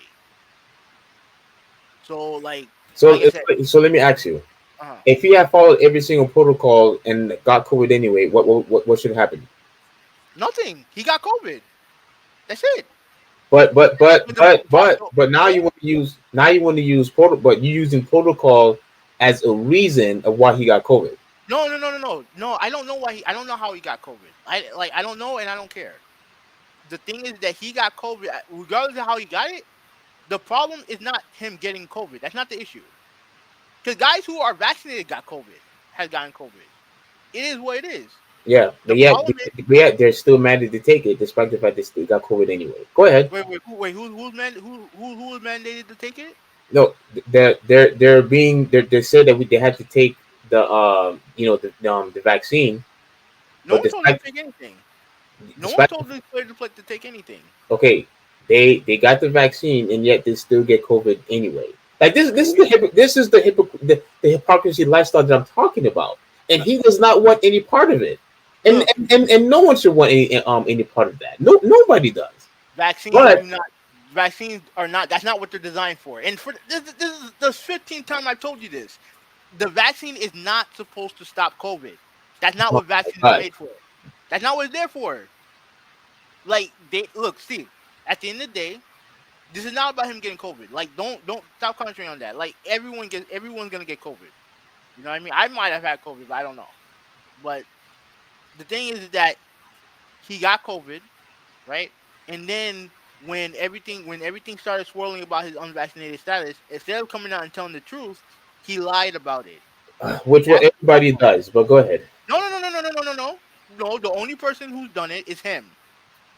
The only person who's done it is him. No, This is I'm the just talking about he lying. Period. okay, that's fine. But he did it now. That's what he did now. That's the only reason why this is happening. He put all of this on himself. If he had just said if he was just being upfront and honest about, oh, I have these, I did some research. I have allergic reaction to ingredients in the first two, and then I was kind of worried about the third one. So, right now I'm unvaccinated. I don't know if that's gonna change. yada yada yada. This is not an issue. This is not an issue. That's not true. No, it is true. No, it's It's not. 100% true. It's 100 because the media by and large likes Aaron Rodgers. Why? Because he's honest, he's forthright, he's forthcoming with his thoughts. Now all of a sudden, when the heat is on him, now he wants to go into the right wing playbook of, if I'm unvaccinated and you're vaccinated, why do you have to worry? You want this and that, and all the other stupid shit that right wingers say about the vaccine. Like he put all of this on himself. He put all of this on himself. All he had to do is just be honest. That's it. All he had to do is be honest. You're always gonna have people who are gonna criticize you, but if you come out with something that is thoughtful, that's forthright, then what is there to complain about? What is there to complain about? Here, okay. Now let me finish what I wanted to say. Go ahead, go ahead. Look, but if you're gonna say something wrong, I'm gonna correct you. I'm just letting you know that right now. If Aaron Rodgers, okay, had told the truth that he was unvaccinated from the get-go and got COVID, see, that's why I keep bringing COVID into this. Even if he was point blank had said, "Oh, I didn't get vaccinated," and he got COVID, he still wouldn't be able to play. That's number one. Do you agree with that? Yes or no? No, yeah. Okay. When you are unvaccinated, he would not have been able to play. Yeah. Okay. Number two. This is the question now. If you are vaccinated and you are positive and you got COVID, are you allowed to play? You it's less time that you have to recover to play. So if you get, let's say if you're vaccinated and you get COVID and you miss one game, you are eligible to play the next game. I do think you still have to take a test, but if you're clean, then you can play. Again, when you're unvaccinated, I think you have to wait 10 days. This is the hypocrisy type of lifestyle that I'm talking about. Regardless if Aaron Rodgers would have been vaccinated or not, he still wouldn't be able to play anyway. Even if he had told the truth, he still wouldn't be able to play anyway. And if he had gotten vaccinated and he was positive and told the truth, he still wouldn't be able to play. The only issue that everybody is having is, oh, he didn't tell the truth and he should get punished for it. No, he should not get punished for it. Well, I didn't hear anyone say I didn't hear anyone say he should get punished for it. You know, people, idiots like Stephen A. and a bunch of other people from the media called for him, to get suspended and whatnot. But once again, all this stuff does not make any sense. He still wouldn't have been able to play regardless if he got the vaccine or not. And if you and look at all this crap. Let me read this one last thing and then we can move on. Look at this garbage. As an unvaccinated player, Rodgers should have followed protocols that included daily testing, garbage, wearing a mask, garbage, at all times while inside, wearing a Kingston, what is this? I don't know. All right, move on. The Kingston proximity tracking device, and abstaining from eating meals with teammates who were probably vaccinated anyway. The protocols also require Rodgers to stay away from indoor events at the bar or nightclub without wearing a mask with 10 people, and to wear a mask while attending indoor family gatherings with 15 or more people in attendance. Look at this garbage. Even if he had followed all of these protocols, he still could have gotten COVID anyway. Vaccine or no vaccine. Okay. All of this stuff makes absolutely no sense. This is what I'm trying to tell you. Okay. And if he feels that what I'm saying, if he feels what I'm basically saying right now, I could understand why he doesn't want to follow these protocols, because they don't make any sense. These protocols is not going to help you not get COVID. You could get COVID from anywhere. Okay. From anywhere. And he still wouldn't be able to be, and you just said it, he still wouldn't have been able to play if he got the vaccine anyway. So what difference does it make? The only difference that people are having is because he played semantics. That's it. And people want to complain about that. And why aren't you saying that he lied? And people like Smith. He lied? And people, huh? Why aren't you saying he lied? That he wanted to play semantics. That's what he did. No. Why didn't you say that he? Why aren't you saying that he lied? That he lied? Because he's playing word games. No. Because you're defending him. That's why. Because he's playing word games. No. You're defending him. Because you are so quick to call everybody else a liar, including me. Oh gosh. You know what I mean? But when it comes to someone that you support, you want to say he's playing word games. He's playing semantics. Call it for what it is. That's He's exactly lying. what he's doing, right? No. He's By lying. that's what it is. He's lying. By definition, that's what it is. He's lying. Okay? And look, like I said before, the NFL has tons of protocols that players have to follow. Protocols that doesn't even work. It doesn't matter. It doesn't matter. Of course it matters. What do you mean it matters? Of course it matters. It doesn't matter. Of course it matters. I'm not talking about COVID. I'm not talking about COVID. I'm talking about protocols when it comes to their uniform, when it comes to everything. You know that NFL players have a curfew, right? The vast majority of them have a curfew. Okay. You think that an NBA, let's say for example an NBA player listen to that and they're like, you grown ass men have a curfew? Like, it don't make no sense. That don't make any sense. Isn't it to because I know they're like really strict, like, you know, you can't ride a motorcycle, you can't do all sorts of, you know, crazy outrageous, you know, events. Exactly. Like jumping or whatever, whatnot. Exactly. Yeah. All this stuff, basically, you telling me what to do in my own free time. Yes, exactly. I think that's bogus too. I think it's bogus. That's fine, but guess what? Aaron follows all those rules. He follows all those protocols. Yeah, you sure about that? Yeah. Yeah, he does. I don't know if that's fact, but okay. No, he does. He does. Because he wouldn't be in the league if he didn't. Or he would get absolutely fined out the ass if he didn't. Like, at the end of the day, this is what, like I said before, if he's ready to play, none of this matters. None of this matters. Exactly. Like at the end of the day, none of this matters if he can play. Right. The problem that a lot of people have with what he did is that he tried to lie about it. He tried to lie about it to protect himself from the criticism of being unvaccinated. That's it, and that's what he did. Like, that's it. Like, and honestly, like I said before, I think it obviously the thing that pissed me off was the MLK comparison. That's annoying. That pisses me off because that is the epitome of white privilege. That's what it is. Come on, don't start with crap garbage. Come on, don't do it. You use you wearing a fucking mask and compare it to Martin Luther King's fight against racism. Like, to me, that's bullshit. That's 100% bullshit. That's the only thing that pissed me off about it. Everything else doesn't matter. But isn't he talking about, you know, the freedom part? I don't give a fuck what he's talking about. Don't compare you wearing a mask to black suffering from segregation. That don't compare the two. Okay, that's off limits. Okay, off limits. Okay, we got to move on. But for one, again, he's just comparing the freedom part. I don't want to hear it. But didn't you say in the last podcast that context matters? That's what you said. Look, his context is bullshit. I don't want to hear it. His context is bullshit. If you don't want to wear a fucking mask, don't play. Period. It's not the same as African Americans getting held down by a racist government. It's not the same thing. It's not the same thing. But I think he's trying to say that. I don't give a shit what he's trying to say. I don't care.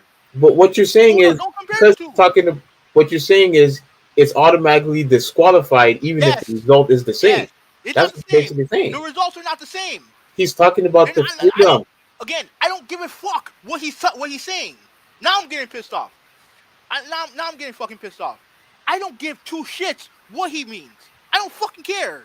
You a white dude wearing a mask is not the same as African Americans getting getting held down by a racist white government. I get it. Not the same. I get it. Then don't make excuses for it. No.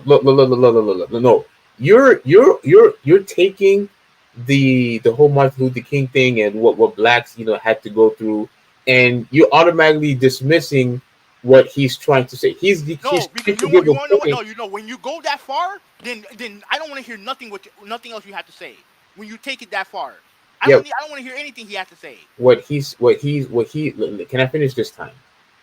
Go ahead, go ahead, go ahead. What he's trying to say is that he is basically being forced to wear a mask, and if he does not wear the mask, he basically cannot partake in what he wants to do. That's still, he feels that his freedom is being violated. That's it. Like you're taking this way too far. All he's trying to say is that his freedom is being violated the way that a lot of African Americans back in the day and back in the '60s and earlier, their freedoms was being violated, and he feels that his freedom is being violated now. But for you to get upset over because he made the comparison. That's what's upset you. You don't care about the result. You don't care about the freedom portion. You only care about the part just for the simple fact that he mentioned what African Americans had to go through and the oppression that they had to go through. That's what's upset you. The result is what you don't even care about. You don't care about that. And I am in awe that you are so irate for the comparison, but you don't even care of what he's trying to say. You know what irates me? You know what irates me is that a black man is defending a white dude using that comparison. That's what irates me. Because at the end of the day, you believe what he believes, so therefore you're going to make sure you're going to not only are you not going to call it for what it is, which is lying, which you have no problem calling other people out for lying, and then you're going to defend him comparing him not wearing a mask so that he can't play a game the way him not wearing a mask, which is which to prevent other people from getting hit the disease that he doesn't want to get vaccinated for, and comparing it to the struggle of African Americans during the 60s, 50s, and 60s during that time. That what irates me. You defending a black man defending a white dude using Martin Luther King's struggle to justify his bullshit. That what pisses me off.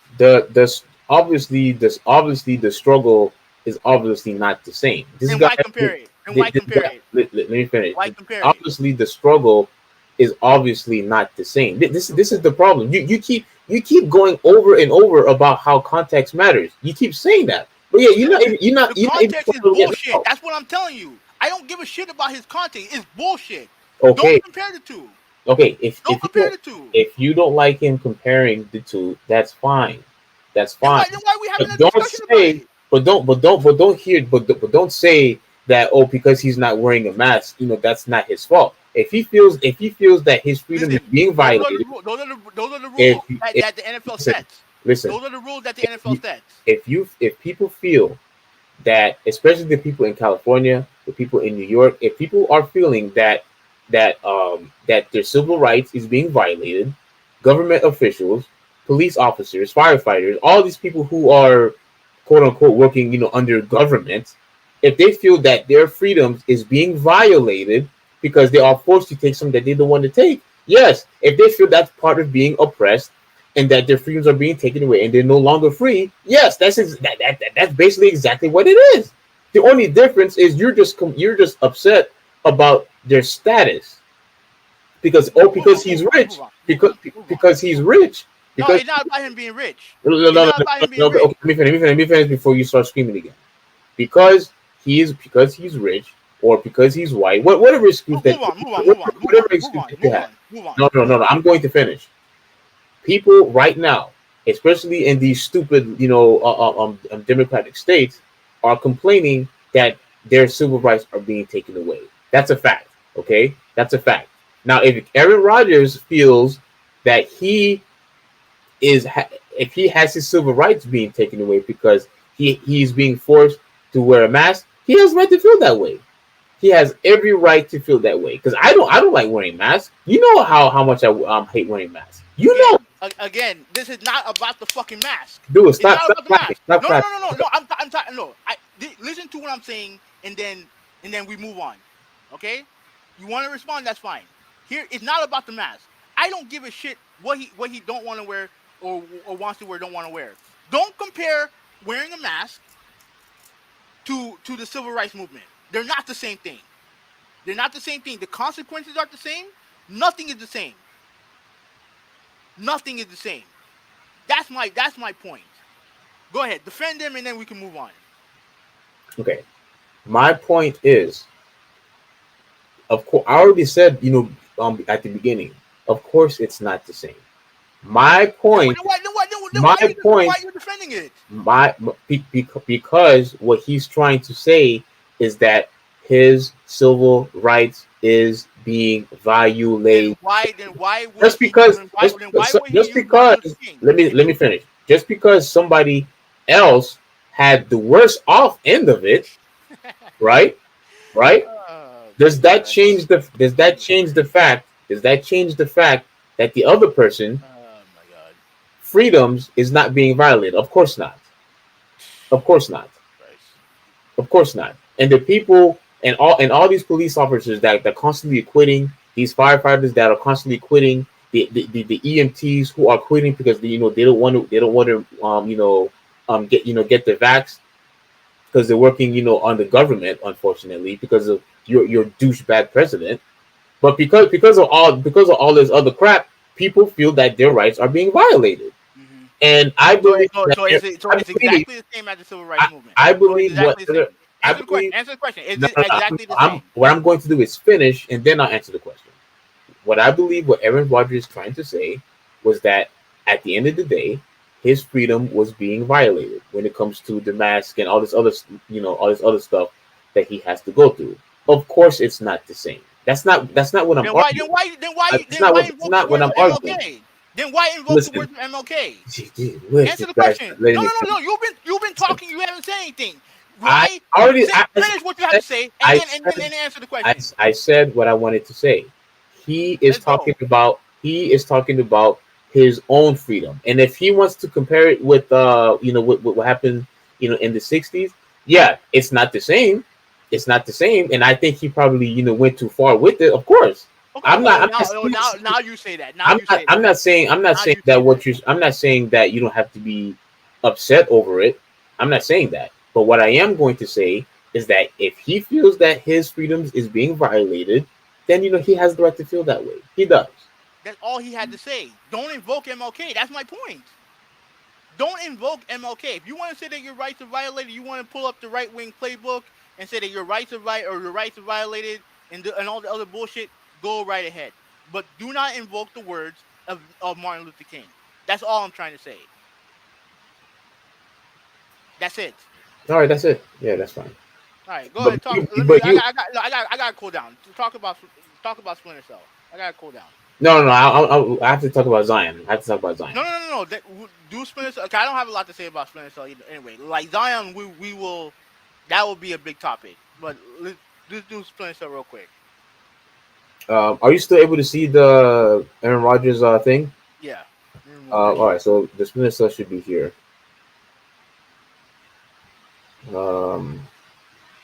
Crap, where is it? Oh, crap, I thought I had it. I guess I oh, here it is.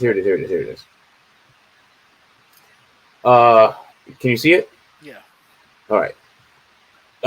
A decade later, Ubisoft has finally greenlit a new Splinter Cell sources claim. Now, when it comes to Splinter Cell, you know how much I feel about Splinter Cell. Splinter Cell is one of the few games that I feel that I would absolutely buy a console for just for that game. There's only a few games that I would do that for. Splinter Cell, Metal Gear, obviously. I did that with with a couple of games for the for the PS2, for the PS3, whatever, right? Now, regarding to this, it's been a decade since the last Splinter Cell game. And I know you feel like this is probably not something that is true. No, it's not true. I don't care what the source is. If you no, good. Continue what you guys saying, and then I'll give my. So basically, it says here that according to development sources who told us that the title has been put up into production as a means of winning back fans frustrated by recent efforts to revive the franchise in a mobile VR spaces. It's not clear which studio are working on the project, though two people with knowledge of Ubisoft plans suggested the new Splinter Cell being led by a studio outside of its traditional Montreal base. The title is in early phase of production. The sources said that there's a small chance it could be announced next year. Now, before I continue on, Hmm. oh, let me read on. It's let me skip down here. It says Ubisoft declined to comment when approached ahead of publication. Now, obviously, since they declined to comment, it's not a yes or a no. Like what you wanted confirmation, but Well, they if they decline, it's funny if a company said they declined to comment on something, that means that there's something going on there. of course, of Yeah. course, which is why this is which is why this is something I wanted to talk about. Now, Splinter Cell is a series of stealth games, as we all know, published under the Tom Clancy label. The game star is Sam Fisher. We knew that. A Black Ops agent working for government division, the third Echelon. Now, look, this stuff is a big deal to me. Why? Because that was actually one of the games that I mentioned in our last podcast when I said which dead franchise you want to be revived. And I believe that this is a really big deal. Regardless if Ubisoft confirms it or not, or affirms it or not. I believe that this is something that every single Splinter Cell fan should pay attention to, because if every single fan who wants this game to be made obviously has an opportunity to voice out their opinion, and I believe that will even persuade Ubisoft even more to actually get this thing started. Because I honestly believe that it is in development, and there are developers who are actually working on right now, trying to make this game. It's obviously not going to come out in a couple of years or so, but I honestly believe that this is a very big deal because people want a lot of these dead franchises back. They do, and Splinter Cell is one of those franchises. Whether it's Splinter Cell, Metal Gear, so on and so forth, people want these games back. It has a huge fan base. It's a very good game. It's a triple A game, and there's a lot of games when it comes to we don't really have that many stealth games anymore. Now there's some games that have some elements to it, but this one actually uses every single element in your surroundings for you to succeed in being an actual stealth agent, if you know what I mean. The same as Metal Gear. Like you actually truly experience what's it like to be a stealth agent, if you know what I'm saying. But before I continue on, what were you going to say? Okay. Here's my thing. Right now, the fact that they put a no comment in there, like that normally means that there's something going on there when it comes to maybe they are actually working on the game. Now, my thought coming into this podcast was that I don't want to hear shit from Ubi. I want to hear directly from Ubisoft that they're working on the game because I've heard these rumors before, like over the last 10 years about Splinter Cell and what they're going to do with the franchise. Right? I tend to believe that there are some people out there who believe that they would rather that they're not going to create the game. They're not going to remake the game, make the game because it's not. They can't monetize it. Find a way to monetize it. I do believe that. But if they're going to make the game, then fine. Here's what I'm worried about. Ubisoft has killed off every major franchise that I liked from them, going from Ghost Recon, Rainbow Six. Um, what else? Yeah, like I said, the only thing they haven't killed off is Rayman. Right? Even if a new Splinter Cell game is coming out, I don't know if I trust them to make a good Splinter Cell game. I don't know if I trust them because, like they did with Assassin's Creed, like they did with Watch Dogs, eventually they're going to. I feel like they're going to ruin the franchise Hmm. with stupid shit. Either they're gonna monetize the game or they're gonna do something dumb with Sam Fisher or whatever, and I just feel like I don't trust them. But like I said, if it happens, then and if I like what I see, I'm happy with it. I I wish you had. I wish you had the exact same consistency with Final Fantasy VII, but you, um, I don't care about RPGs, man. yeah, yeah, but you still said that it was okay what they did with Final Fantasy VII, though. Yeah, yeah, I do because they first off they pretty much remade the game, reworked the game to make it more modern. They're literally giving you a new game, but with the same story arc. Like and if they're going to do what they got to do with the game, then I'm fine with that. Like like when it comes to Splinter Cell, like I want to see what they're going to do with it because I don't like I said I don't trust Ubisoft. I don't trust Ubisoft. I don't own none of their games. None of their games. Anymore. Yeah, back in the day, I was always looking forward to playing like Ghost or Splinter Cell or whatever. Now I don't trust them at all. What they make generic dog shit. That's what they do. And I don't and I'm afraid that they're going to do the same thing with Splinter Cell. So That's you, what, so you believe that they are only going to focus on trying to monetize the game, um, constant, with downloadable content that you have to pay for, and you believe they're going to focus on that, then focus on the quality of the game. that's been their MO. I can only go by their recent history. And their recent history, like look at it like this: the Rainbow Siege is a game that I have no interest in playing. There's Ghost Recon, the last two Ghost Recon games they made is just is dog shit. Is open world, just uninspired dog shit. I You can only you seem to really hate open world games now. no. I hate open world games that are not fun. That are not focused. They're not focused on any type of storytelling or nothing. It's just a open world, do whatever you want. And didn't help that the game was riddled with bugs and glitches in the first place when it first opened up. Mhm. Like I can't trust them. I can't trust them. Well, Splinter Cell is a very big deal, as we all know. It's a huge deal. I really believe that they will try to monetize the game, or have all these microtransactions in the game. What I hope for is that they just make a regular traditional Splinter Cell game, and if they want to add downloadable content later, when it Yeah, comes to, yeah, I'm fine with that. It's just yeah, like this is I'm just worried about the other shit they're gonna do with it. yeah, if they do that, that's fine. If they want to have side missions, with other characters that you could use, that's fine too. Like I'm okay with all of that stuff. All I really care about is for them to just focus on making a traditional Splinter Cell game. That's all I care about. That's all I want. And for them to say that they're not going to give an answer right now, like you said, to me, I think they're making the game, because if it's a lie, just say that you're not making the game. That's easy. Like, what do you have to lose?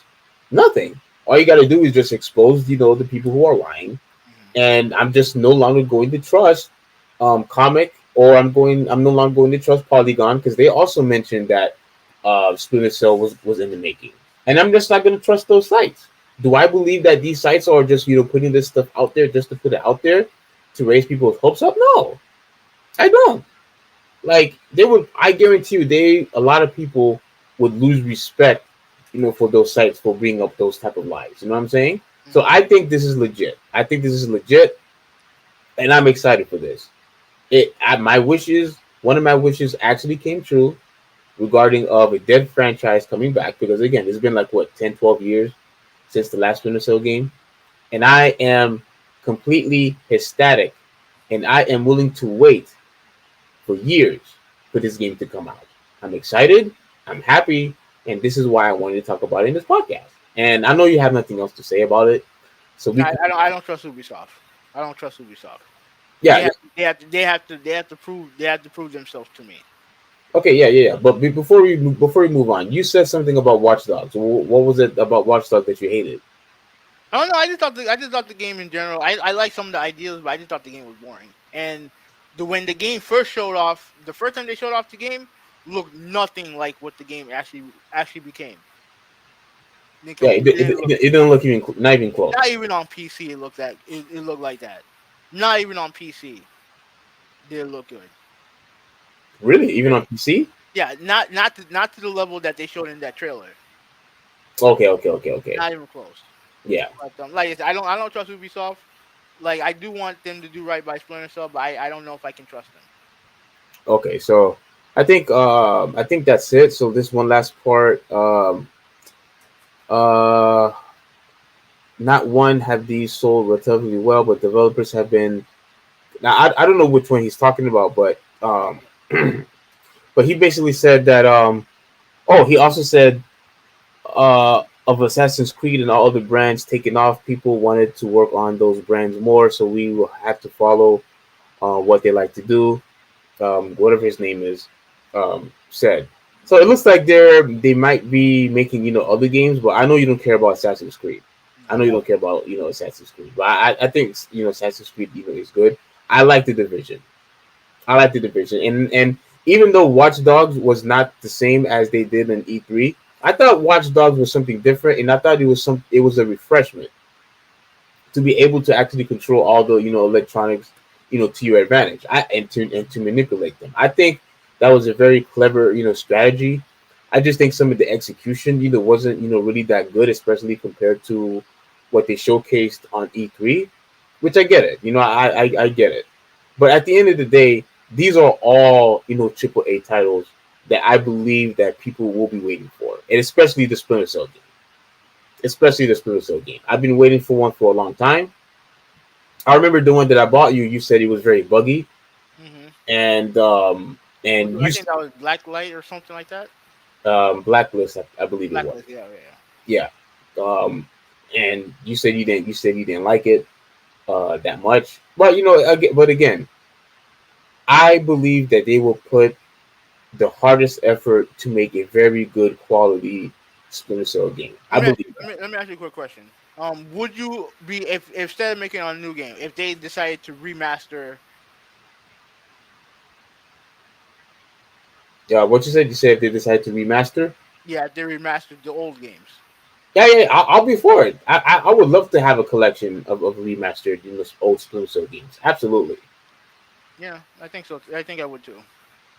Yeah, because again, a lot of those games are old, and I would really like if one of those games will probably be remade, kind of like what Konami did with Metal Gear Solid, and they made Metal Gear Solid Twin Snakes. I would love a remake from one of the older Splinter Cell games, but if they would just make a HD um, reboot, whatever you call it, yes, I would definitely be down for that. But I would much more preferably have a new Splinter Cell game first, and then focus on the collection or whatever they want to do. So, but again, let's move on. I will say that I am excited for this. This is really good news for me. I know you don't care about it, but this is really good news No, I for know. me. I love Splinter Cell, but I don't trust Ubisoft. Yeah, but I don't think you didn't play all their games. Um, yeah, I played the three original. Plus I played and plus I have conviction on the Xbox that you have. You beat it. No, I haven't beat it yet because I was in the middle of playing and then you asked me to borrow the Xbox. Well, I mean, oh, okay. Anyway, yeah, I played mostly all of them. I even had some of the old Android Splinter Cell games. They weren't that good, and I got rid of them. But yeah, I'm a huge Splinter Cell fan, and I'm so looking forward to this game. And what I also want to say is I really hope that my other wishes will come true, but I highly doubt it. So yeah, so that's it for that topic. Okay. So go ahead. No, this is your topic. No, you want to talk about Scottie Pippen, so go ahead. No, do the Zion. You want to do Scottie Pippen first and then Zion? Well, yeah, sure. Oh, you know what? Fine, I'll do Zion. Let me see if I can find it. I believe it's this one. Huh. Yeah, here it is. There's actually a couple of things I wanted to talk about, regarding to Zion. So, all right, here's the next topic right here, ladies and gentlemen. Is Multi still with us? No. Oh, he left. Mm-hmm. Did he ask a question that we didn't answer? No. Okay, because I thought he asked the question about mental health or something. Okay, so basically about Zion Williamson, this is very interesting, and I am looking forward to talk about this. But it basically says this is a different article, but it says NBA fans concerned for Zion Williamson, who is reportedly having weight issues. Now, before we get started, I want to have some laughter here. Did you see what what Charles Barkley said regarding to Zion Williamson? What do you say? All right, so let's just do a quick watch. I'm not going to play the whole thing because I don't want to get copyrighted. Mm-hmm. But here's basically what he said. Can you see this? Yeah. Okay. So, so full screen. Listen, Zion warming up. We don't have him. It could be another 2-3 weeks. But Chuck, you had a visceral reaction to this. It looked like me and Shaq had a baby. They gonna do. Did you hear him? Mm-hmm. Yeah, I heard him. Yeah. Oh my god. Yeah. We don't have him. It could be another like 2-3 weeks. But I'm sorry, Chuck, you had a visceral reaction to this. It looked like me and Shaq had a baby.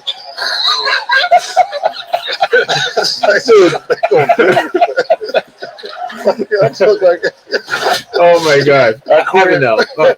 I gotta get back on, man. What it look like? Chuck, me and you had a baby. God, did you see this? Good in New Orleans. You What did? about Chico? Yeah. I mean, I heard the joke. Looking at him serious. What it look like? It's like, ooh, Shaq, we had a baby over the summer.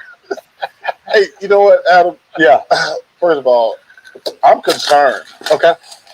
I am really concerned about. Yeah. When I tell this story, and I'm being critical. It is what it is. Moses Malone. As you Moses should. Malone said to me, he said I was fat and lazy, and I started to cry a little bit. And Really? Yeah, I did. Because I couldn't Did you kick hear his ass. Yeah, Yeah, I he hear it, I was hear it. long. But it Okay, was okay. a turning point in my career. And he's already hurt. You should not get hurt when you're young. And he's already had surgeries on his legs. Now he's got a broken foot. He's going to have to learn, even when you're hurt, you're going to have to control your eating. Because when guys get hurt, Adam, when they come back, you're trying to get in shape. Right. And if you're putting all that stress on your knees and your feet, you're just going to keep getting hurt. Somebody's Okay. This is a very important point that I wanted to mention. Now I'll get to the article real quick, but this was a very important point what he said a little earlier, that he is already getting hurt now. He just got into the league and he's getting hurt now in a consistent basis, which is why I'm no longer focused on Zion anymore. I'm focusing more on John Morant, but we could discuss that another day. But that was one of the reasons why I was just no longer interested in this guy. And I'm no longer interested in him now, because if you are really serious about trying to be great, that you want to succeed in the NBA, I'm sorry, Evan, but like I told you before when we was watching the fight, your diet also is a huge contributor for you to win to win a championship. It is. No, it's not. Yes, it is. No, it's not. Yes, it is. Your health is a huge importance. Don't say No, your health is fine, not diet. You said you said health. Yes, Diet. diet health is diet and health links together. It goes together. They may link together, but they're not the same thing. It goes together. Not really. Yes, it goes together. No, it don't. Yes, it absolutely does go together. No. Because if you are not at the weight that you are supposed to be in, right? If you're not at the weight that you're supposed to be in, you are putting more strain on your knees, And obviously, you're obviously not healthy enough to play, and you cannot be as effective if you have all the extra weight. And there's no way that you could help your team win if you're fat, especially especially when you're especially when in adulthood. Because look, I am going to attack you when you mention how he is a young kid and blah blah blah blah blah. Let me tell you why I say that's BS. He is young. Let me tell you why I say that's BS. No, that's what he is. He's young. Okay, okay, That's it. okay. Like, Let me again. Can I finish now? go ahead. Okay. Let me tell you why I say that's BS. Because even during high school, during middle school, they teach you about diet and they teach you that you're not supposed to gain weight and they teach you that you're supposed to maintain at a certain weight, even in high school.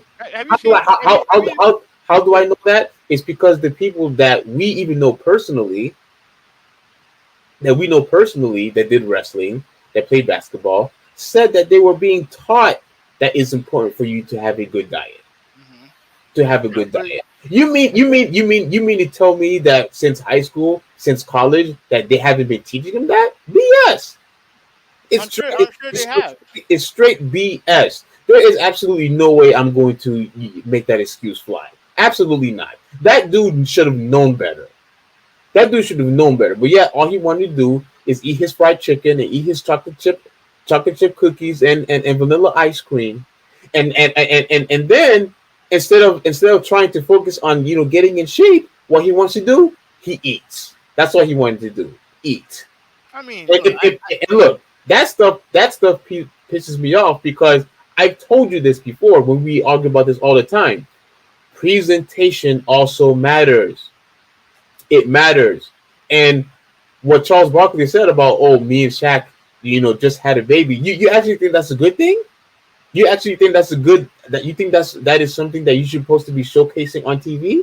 You are presenting laziness when you do that on TV. That's what you're presenting. That's exactly what you're presenting. You're presenting laziness, and you're actually putting out there that you are not committed to be great. Because being in a proper diet also matters and also contributes to wins. can I finish now? Go ahead. Okay. First off, that don't like it don't matter how good of a diet you have. If the team around you stinks, you ain't winning nothing. Okay, let's get that off the way. Let's get that out Fine. the way. I agree. Okay. Secondly, and most important, look, I saw what I saw. That looked like someone that is No, go completely ahead. You said you saw what you saw. yeah, I saw what I saw. That looks like someone that is completely out of shape. You didn't see I, this first time seeing this? him doing the workout. Yeah, this. Yeah, that workout looked hideous. Oh, what But once before it also looked like he was wearing like how many shirts was he wearing? I have no idea. But here's the thing, right? When it came to Zion Williamson, right? I was always the my thought process was that as his career went on, he was going to get rid of the baby fat and grow muscle. Hmm. Now, obviously he had a obviously he had a foot injury, and obviously and naturally, if you have an injury to your lower leg, it's a lot harder to work out without with leg injuries and stuff like that, with foot injury, leg injuries, and stuff like that. Now, I don't know what type of diet this dude's on, but the picture that you showed me just now, and the commercial that you're gonna be showing soon, that dude look big. I don't know how many cameras are on him, but that dude look big. Yes. He looks big. Like he looks like unhealthy big. But I will say this: at the end of the day, I do believe that he's still someone who can be an extraordinary player. No. Right now he's a liability. That's what Okay, he is. Go okay, ahead. I don't care about what right now. I'm talking about in the future. What? Wait. You did not just say that. Yeah, I don't care about right now. First off, the Pelicans are my team. I don't care. But right now he's hurt right now, and there's definitely something going on with him and the higher ups in New Orleans. There's definitely something going on there. I don't think that relationship is good right now. But with all that said, I still believe he can be a great player in this league. I still believe that. And let me look at his career. Let me look up his career numbers. All right. While you're looking it up, let me finish playing the rest of this stuff. There's got to be a grown person down in that relationship and says, "Yo, man, you got to get in shape." And I know he got a lot of power, so everybody's He ain't talking about shot, it. They're like, if we don't get some going, he's gonna leave. But you're not gonna win if he's always hurt either. No question, because you don't play basketball to get in shape. You get in shape to play basketball. Thank you. Totally different. I agree with that. And, you know, that is not, he's a great skilled player, but that is not basketball shape. And they're talking about his 2-3 weeks. That's not 2-3 weeks away. I don't know when that footage, I don't know if it's tonight. I think it was on or Saturday night. That's not a 2 weeks away ready body for the NBA. That's not the guy that we've seen flying through the air with the greatest of ease either. And so, he does have to. Somebody down in New know. Orleans got to be a grown person. Like Moses is my grown person. Somebody got to say, "Yo, man, you got to get in shape. We can't win without you." I agree with Chuck completely. Oh, you agree? Yeah, he needs to get in shape. Yeah, you were defending him. When was that? We was watching the fight on Sunday. Yeah, because I believe he can still be a great player. Like, look at his numbers. 85 games. All right, show the numbers. Let me get out of here. Okay, you see it? No, because I'm still on the page. Yeah, go to your thing. Go to the thing. I have it on the screen right now. Go. Oh, you want me to go back to No. Go down to the bottom, and it should have my screen down there. Yeah, I see it. Okay. Look at these numbers. Like 85 games, right? 25 points a game. 7 rebounds, 3 assists. 60% field goal shooting. 33% from 3. Free throws is 68%. He can get better at that. Like, this dude is a phenomenal player. This dude can ball. Okay. And honestly, right now, like, he had the unfortunate injury when he was in college with the I think it was the ankle that bothered him, and it bothered him throughout the year. He missed half the games. He missed Are you talking about the time when his shoe broke? Yeah, I think that's when he also hurt his ankle. Yeah, that gave so much impact that at the time Nike's stock actually went down. Like, that was Yeah, you know why? You know why? why. Zion Williamson is a big deal. The dude's been a big deal since he was a teenager. Since he was in middle school, people were talking about him. Yeah. Like, I do believe. Look, he needs to get in shape. Obviously, that dude look big. He's big. Like, that dude look big. You know what I mean? But I believe that obviously, if he gets in shape, if he gets healthy, he'll show everybody why he's number one. Because look at the numbers he's done. So look at those numbers. Like, those aren't trying to act like he's a scrub. But look at these numbers. Mm-hmm.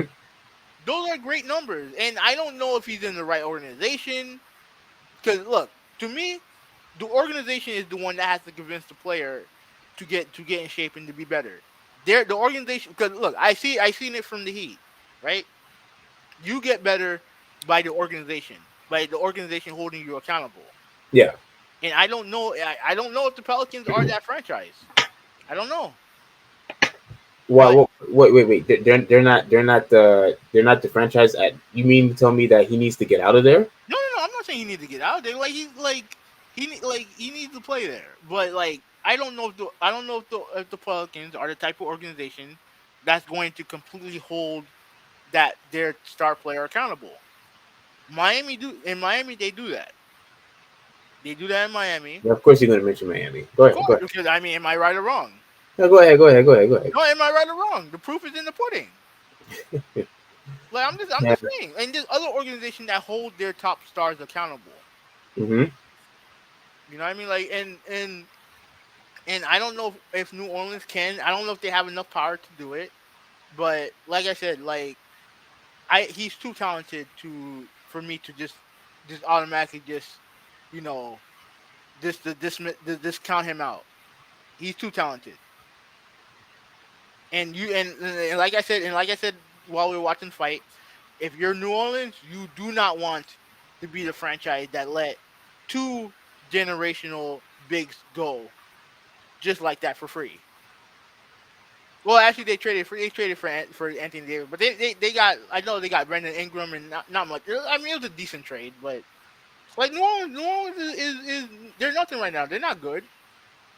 They're not good. But when he gets back, hopefully he can make them better. Because like I said, when he plays, they're a better team when he plays. Yeah, but availability still matters. Well, I agree. Who cares who cares what the numbers are if you're not available to play? I agree. What does it matter? I agree. Yeah. So once again, I am very, very disappointed in this dude, and I understand what you're saying that he's a young guy. I get it, but at the end of the day, you've been taught this how proper dieting is essential. But okay, but think about it like this. Think about it like this, right? Now you are right. They do teach you that in school. Absolutely. Right?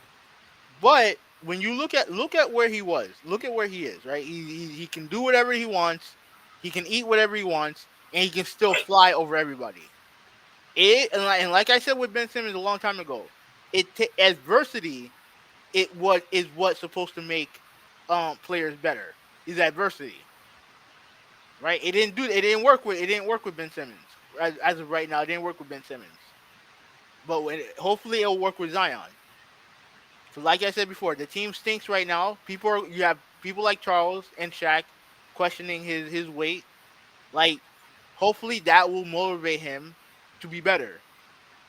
Cause that's the biggest motivator of them all, is getting getting your peers, responding to your peers, responding to pressure, responding to failure.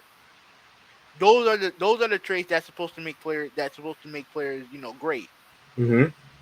You know what I mean? And Ben Simmons failed in that regard. You know what I mean? And I believe every great player has that quality. I thought that about Ben Simmons, and I'll admit I was wrong. I was 100% wrong.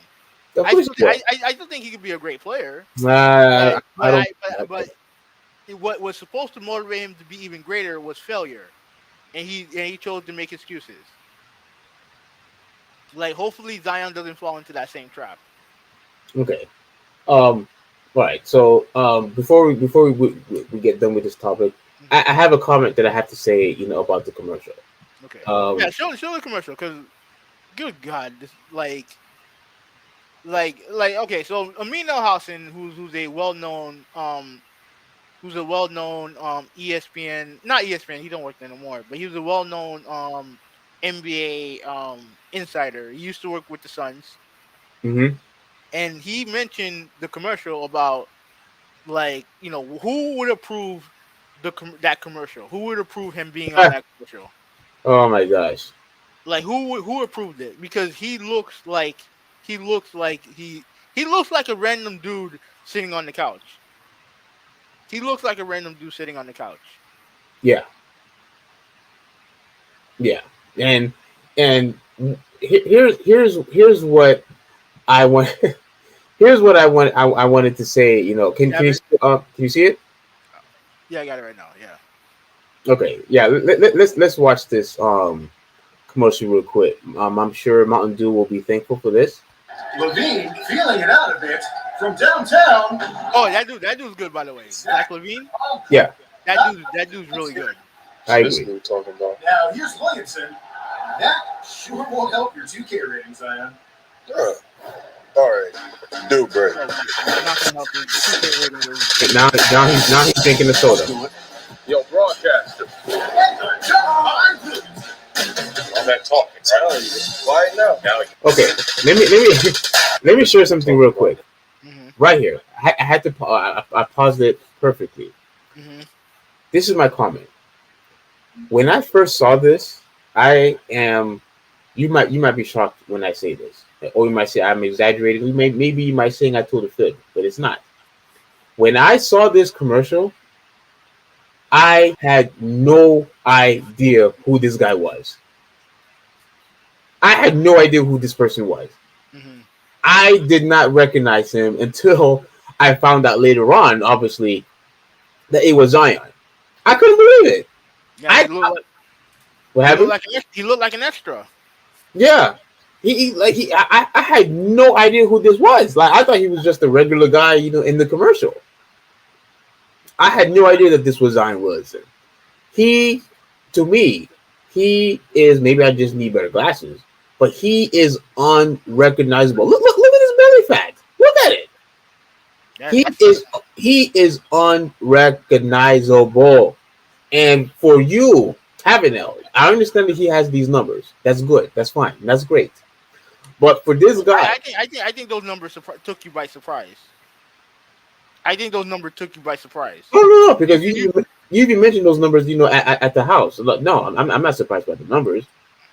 I'm not surprised by the numbers. But if you wanna talk about numbers, like, oh crap, my bad. If you want to talk about numbers, John Morant numbers are quite similar. Yeah, like again, like you try to turn this into Ja versus Zion. Like that's not the issue here. No. I'm not trying to turn it into that. I'm just saying that right now, Memphis, obviously, I'm pretty sure Memphis is grateful that they were able to get Ja Morant over Zion. That's what I'm saying. No, they didn't have a choice because New Orleans was gonna pick Zion no matter what. Yeah, they did. Yeah, of course. But right now, they should be lucky that they picked Ja over R.J. Barrett. That's what they should be lucky. Wait, what? They should be lucky because, like I said, they had no chance to get Zion. And I guarantee you, if Memphis was number one, they would have picked Zion. Probably. Yeah, because at the end of the day, like if people obviously Morant made his name in the NCAA tournament, but no one really knew who John Morant was. Oh, come on, get out of here! Come on, dude. Not to the level of Zion. Not to that level. Okay. So I'll probably agree with that. But at the end of the day, though. Yeah, but Morant has a better career. 100%. Like you can't deny that. Not only does he have a better career, you can still see the screen, right? Mm-hmm. Not only does he have a better, he's being successful, but guess what? The Pelicans are in last place, 15, while the Memphis Grizzlies are in 5th place right now. Of course, he's having a better career. This guy. Because he's been healthy. Because he's been healthy. When you are available to play, obviously that gives you more impact than somebody who cannot play. And look, you said it yourself. You couldn't believe the way he looked during the TNT small segment when Charles Barkley said him and Shaq had a baby. Mm-hmm. Now, maybe now, I don't want to go off topic, but maybe now you understand what I mean, how presentation still matters. Of course, people still want, to watch him play. But do you actually mean to tell me with a straight face that looking at Zion now and how James Harden looked when he wanted to get out of Houston, you actually think that's a good representation for the NBA? Of course not. Absolutely not. And I guarantee you, if the next person, whether that person is elite or not, whether the person is good or not, if the person gains a lot of weight and looks like that, get ready. He is also going to be ridiculed, and he's also going to be criticized by people and by fans, and rightfully so. How the hell are you going to be making millions upon millions of dollars and you come to the NBA overweight? This is unacceptable stuff, and I don't like it because again, it promotes laziness, in my opinion. That's what it does. I mean, you don't want to put this stuff on display, for people to watch. No, again, I understand what you're trying to say. Ultimately, like the thing is that he does need to get healthy, and in time when he gets healthy, and he's going, I do believe he'll lose a lot of that weight. At least I hope he does. For his sake, I hope he does. Mm-hmm. He'll lose a lot of the weight, and hopefully he'll be able to contribute. Like I said, he's still young. Like I'm not willing to just give up on someone just because. Like I'm not willing to do that. Sorry, this before we move on. This is the stat that I wanted to show you. The stats are pretty much similar. Yeah. Again, this is not to me. This is not about Morant versus Zion. That's not what it's about. Yeah. Everyone knows how good John Morant is. He's shown it. Yeah. That He's that shown dude was sensational in the playoffs, and they are going to make the playoffs again. Like this dude, John Morant, this dude, and look, this dude is going to be special, I believe so. I believe special. so. This dude is special. Like But I think that even with his struggles, I think Zion will get to that point as well. no, That's all I'm trying to say. You've already given up on him. Like me, I'm not. yeah, I'm giving up on him because people had already been talking about his weight since day one, before he even got to the league, that he needed to lose the weight.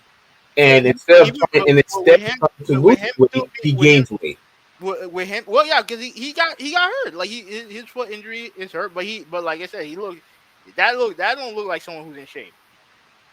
That don't look like someone who's obviously in shape. If you're not exercising, you're going to gain weight. It Okay, is what it is. was that a good representation? Yes or no? No, So but the but the now but the you thing, but the finally, thing is, but the most important thing is him getting healthy. That's the most important thing, and then you can work on the weight thing later. If this year, if they're gonna put on this year, the main thing is to get him healthy and get him acclimated to his teammates, and hopefully they can build around him. The next offseason should be dedicated to his health and weight. And even if he loses like 20, 30, even if he's still a big dude, if he's still like a big muscular dude, if he can still fly like he was doing in college and doing in early in his career, then everything's fine. The most important thing for them is for the most important thing for the Pelicans and Zion is to get on the same page. Because right now it seems like they're not on the same page. why? Cause like I said, I've been hearing a lot of stuff about him wanting to leave and stuff like that, rumors, and he's not happy with the organization. I don't know what's going on, but that you don't want to hear that stuff, especially after a couple years in the league. You don't want to hear that. You Yeah, don't you want know, to hear that. And I gave the example of Kawhi Leonard in San Antonio. Everything was honky dory, and then he gets hurt in the playoffs, and and they can't get together on when he's supposed to return. You got teammates questioning him, wondering when he's gonna come back. He comes back for a couple games, and then everything goes to shit, and then they trade him to Toronto. So yeah, I've seen this story before. Ultimately, the first thing they have to do, get on the same page, get him back healthy, get him playing, get him back into NBA shape, and then work on your diet and obviously work on your diet, work on your conditioning, and see if he can make the next step. And I refuse to believe that someone like him can't do that. look, all, I mean, if you believe that he is able to change, that's fine. But I right be- now, I he's believe in people. I believe in right, people. right now right now he's not showing it. It's about the commitment. It's about the dedication. Look at you, for example. The time when you said that you wanted to lose weight, what did you do? You started losing weight. Mhm. You start you, But you start. that's not easy. Like trust me, it's not easy. Yeah, but it should be easy enough for him. The guy is making millions upon millions of dollars. I He's don't know if is he making millions upon millions of dollars? Yeah, I don't think he hasn't gotten his big money extension yet. I don't think. You don't think he made so much money with that commercial? No, I'm sure he has. I'm sure he has. No, you know what? No, now that I think of it, I know he has a couple. I know he has a shoe deal. That's a big deal. Yeah, exactly. But yeah, It's- but like I said, but sometimes, but just because money's not always a motivator. Money's not always a motivator. You know what I mean? Like sometimes not a motivator. Sometimes to me, the best motivator is failure. yeah, but again, there's no excuse for him. No, There's, I don't listen. I do not believe that him getting injured should be an excuse why he gained weight. no, I did. Should be an I excuse. don't. It should be. Trust me. It happened. Look, I'll give you an example. Um, Dion Waiters when he came. Look, and I was not a fan of Dion Waiters before he got to Miami. Was not a fan. He came to Miami. He was. I think he was in a contract year. Got into the best shape of his career, and he had the best season of his career with Miami. then what happened? He's always had a history of ankle injuries. He got his ankle. He got hurt with his ankle. Right, his ankle got hurt. He came back. He wasn't the same player. He was a little bit overweight. Wasn't the same player. Like it happens. It happens. Like and with him, he's naturally a big dude. It's gonna happen. The goal right now, the most important thing for him right now, is to get healthy. That's it. Get healthy so that you can get back into you can start playing basketball, get back into basketball shape, then work on in the meantime, work on your diet. No, he should work on his diet now as he's trying to get in He, shape.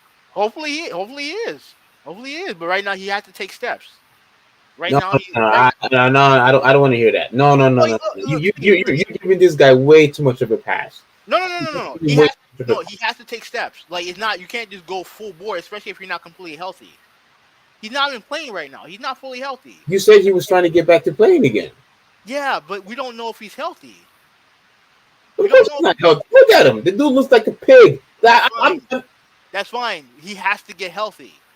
That's the most important thing. He has to get healthy so that he can start working out, so that he can start playing, so he can get in playing shape, and then he can work on his diet. Or whatever. But the thing is for him to get healthy. No. I'm not. No. Stop eating the fried chicken and French fries and pizza and your chocolate ice cream. Stop eating those things now. Okay, I don't want to hear about let him do his rehab and then work on his diet. No, that don't matter. It don't matter if he does it first or last. The steps are get healthy. That's the most important thing. That's healthy. Fine. If you want, what is good as being healthy if you're constantly gaining weight? You helping your team. That's fine. Regardless of when he decides to take some diet, really doesn't matter. The most important thing is for him to get healthy and to get back into basketball shape. It doesn't matter. Look how the guy looks. I understand that, but right now he's hurt. He has a foot injury. Get healthy first, get back into basketball shape, then you work on then you do a full transformation on your body in the off season, because that's when you have the most time to do that. That's when you have the most time to do it. All right. Well, I don't think he's going to do it. I'm going to be focusing more on the second pick, which was John Morant. Yeah, you believe in the worst of people. Yeah, I look. What I don't like is people who are in high status, people who are making money, people who could actually make a difference, but yet they want to present themselves. He's a basketball player. What is he making? They go on TV, and while they're on TV, this is the presentation that we get. Yes, I have a problem with that. I don't like it. I don't. The guy has absolutely no excuse to look like that. And look, I understand that people will make fun of it and people be humor about it. But once again, presentation still matters at the end of the day, which is what I've been trying to tell you for the past year. And I told you that he has a foot injury. When you have a foot injury like that's going to happen, especially for a guy like I already told you about Dion Waiters. Who cares? That's on him too. That's on him too. I agree with you there. If you can, at the end of the day, like that's not him like being undisciplined. It is. He can't work out. He can't work out. He can't work out. You're not you don't look like that by eating salads. Look, he like that part. I don't that part fine. That part fine. But no matter if he's eating salads or eating cupcakes, he's going to gain weight. You know what I'm saying? Like he's going to gain weight, especially if you're not doing anything. Especially if you're not doing anything. Like if you're eating salad or cupcakes, he's gonna gain weight. Like that dude, he had the metabolism of someone who's a big dude. He's always even in high school he looked big. You know what I mean? But to me, he the most important thing for him to do right now is to get healthy. I'm not entirely disagreeing with you. Good. All I'm saying is that I don't believe that I could just dismiss him without giving him an opportunity to one, get healthy, and two, to learn one way or another to lose weight, get back into basketball shape, get back into shape so that he can go back into the league and dominate. Yeah. You already giving up on him. I'm not. Yeah, because I'm like again, I'm gonna be focusing on John Morant. You and I had this debate and discussion last year when I told you that this dude is the big deal right here. And I told you, and you called me crazy back then, and I think you still calling me crazy now. This dude, John Morant, is the future, not Zion, not Zion, because right now, John Morant is surpassing him right now, All right, right now. we'll see. And We'll see. you're telling me don't focus on right now? No, I am focusing on right now. And right now, John Morant is being better and is showcasing what an elite player do when he goes into the basketball court by staying healthy, by eating right, like you said, not eating cupcakes, You have no idea how good Not- or bad John not- Morant eats. not You have no idea. not eating cupcakes, like you said, right? Not eating cupcakes. You said that, right? Or you want to No, take it? I said it. I said it. I said Do you it. want to take it back? I said it. Okay, eating cupcakes, eating chocolate chip cookies and ice cream. No, what will get him better is listen. Stop eating junk food. Stop eating fried food. No, You what will get him better is getting healthy. And once he gets healthy, he can do everything else. Am I right or wrong? so he could eat that stuff continue right now I mean, if the and get, weight is look, and get bigger. if the weight is his issue, then that's something that someone has to get into his head. Clearly, someone has to get it to his head that you gotta lose some weight, man. You gotta lean out, bro. I guarantee you, somebody had told him it's defiance. That's all it is. I hope not. I hope not. I surely hope not. Because and even if it is, you need someone there to convince him otherwise. All right. Well, I guess that's it. For that topic. So my last and final take on that is again I'll be focusing on John Morant. If you want to focus on Zion, you can if you like. I can't focus on someone who's not playing. I focus on and I focus on one team. Yeah. Yeah. That's why I forget. So yeah, I'll be focusing, on him, and I will be, continue to give him praise while you in hope that Zion, will get in shape and be the elite player that you said that he is. Now, the numbers say that. The numbers say that he's an elite player. but I think John Morant is better. Oh, that's fine. That's fine. That was never my argument. Like I said, it was never my argument. My argument is that he has to stay healthy. He has to get in shape, and then hopefully he'll show everybody how special he is. And, even if he is special, like they need to build something around him, like because like I said, I mean Anthony Davis, like despite his injury history, who's also very skinny, by the way, very skinny, not this man, this team's been playing garbage today. Anyways, very skinny, but still has injury problems as well. He's not a fat boy. Still has injury issues. He was great for them, and they did nothing. They did nothing. Yeah, they went to like 1 or 2 playoff games, right? Yeah. Yeah. But they did nothing. So they have a lot of problems in New Orleans. They have a lot of problems in New Orleans. But anyways, all right. Final topic of the day. Yeah. Is our man Scottie Pippen. Now, for those of you who don't know, Scottie Pippen, one of the top, 50 players of all time, according to the the ranking system, whatever. One of the best two-way players of all time. He was the Robin to John. He was the Robin to what? He was the Robin to Michael Jordan's Batman. Yeah. Right. Won those 6 titles with him, with Jordan. Then he went on to other teams like Houston and Portland. So he's had a great career. But what's been going on with him lately has been interesting.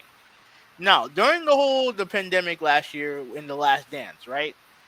The story was basically about Michael Jordan and the Chicago Bulls, right? It was mainly about Jordan and his rise from from playing in high school and getting cut by the team to his rise through college and North Symphony Carolina. medical alert Oh my system gosh, from my bad. CVS Health. What the hell? With I 20 think that's me. Oh, go ahead. No, that's you. Okay. All through his rise through college, all the way to the NBA and helping the Chicago Bulls go from a bad franchise to one of the winningest franchise in NBA history. Yes. Right? That was all that. But they did. But what they did in the last dance was also focus on the key members of that Bulls team, that Bulls dynasty. That included Phil Jackson. That included Steve Kerr for some reason. Dennis Rodman, who was part of those Piston teams that gave Jordan and the Bulls fits in the early '80s, in the late '80s, early '90s, Yeah. and Scottie Pippen. Then they also talk about Kukoc. Kukoc was there too, and Scottie Pippen, right? Yeah. And the Scottie Pippen stuff was interesting because Michael Jordan, while he said, and Michael Jordan has full editing control over this, right? He has full power over this. So whatever made it to the documentary, he had full control of, right? So that's important to know here. While saying that Scottie Pippen is the greatest teammate he ever had, that he would not have won those championships without Pippen, he said this.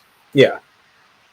He also There was also tons of lowlights highlighted for Scottie Pippen, more so than any other player in the documentary, right? Including Horace Grant, who Jordan outright admitted, or at least accused of leaking bad stories about him to the media.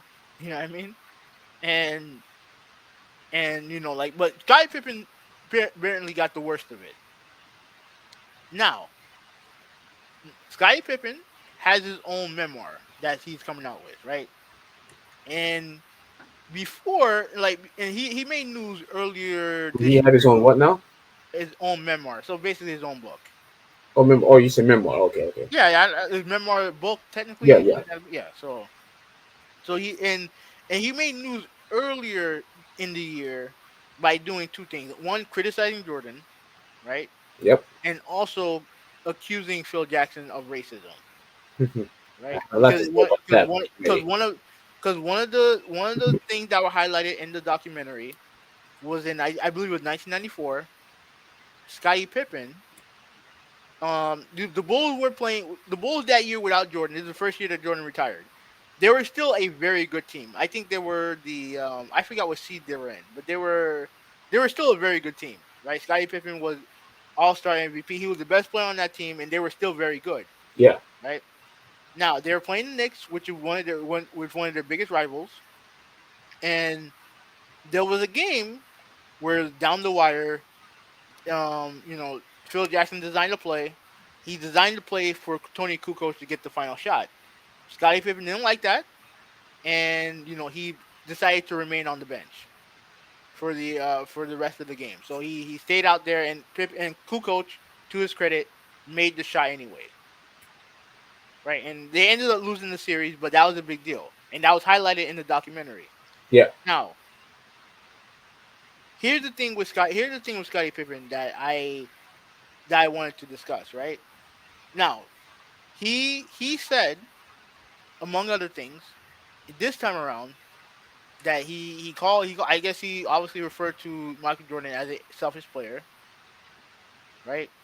He also said that Jordan okayed the release. Because remember, this footage has been out for years. The footage has been contained in there for years.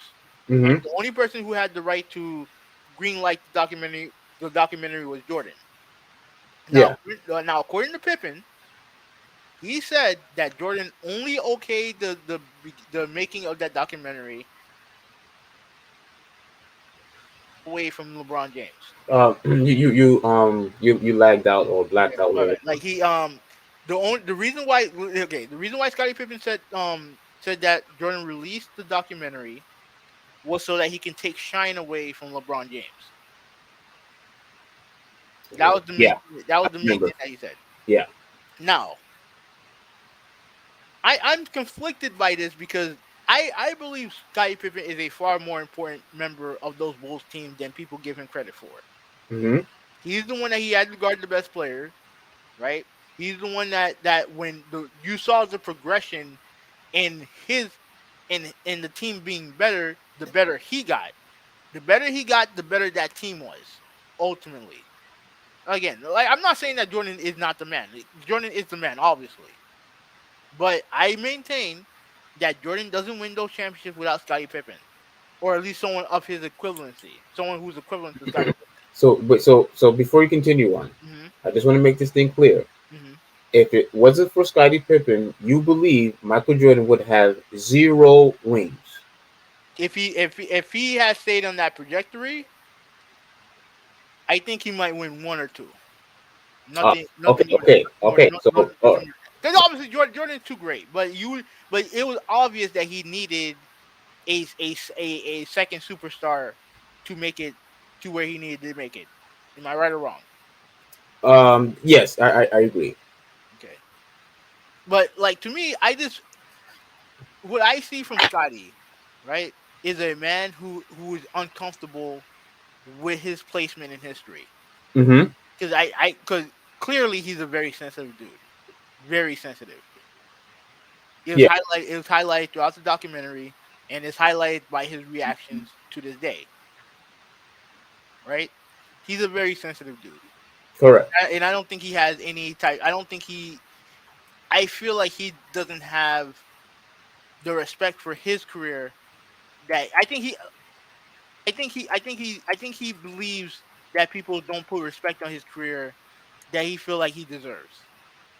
So go ahead. What's your thoughts? All right.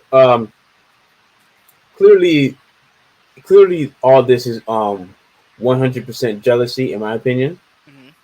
I don't think nothing more except jealousy, because Michael Jordan obviously was the guy, and when you think about the Chicago Bulls, you don't think about Scottie Pippen.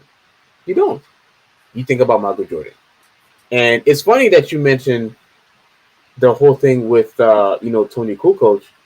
I honestly believe, because here's the maybe there's some correlation to this when it comes to Jordan and Scott. When Jordan left the first time, Hmm. I honestly, obviously this is speculation, but I believe that the same way that Michael Jordan was always the man and he was always getting the last shot, I think he wanted that to be a consistent basis with him for Well, himself. okay. Like let me address that real quick because this was covered in the documentary, Okay. right? And I think it was Kerr who said this, right? When Jordan left, obviously they were a better team with him, but they said that collectively as a unit, they felt more together because now they were sharing the ball more. They were a more cohesive unit. Not as good as Jordan, not as good with Jordan, but they were a more cohesive unit. Now there was a game that was highlighted where Phil Jackson gave Tony Kukoc the final shot. He made it, and Pippen had no problem with it. Had no problem with it. It was earlier in the year. Yeah. The problem that I think Scottie Pippen had was that the stage was bright. You're playing one of your big rivals, the Knicks, right? And I agree with you.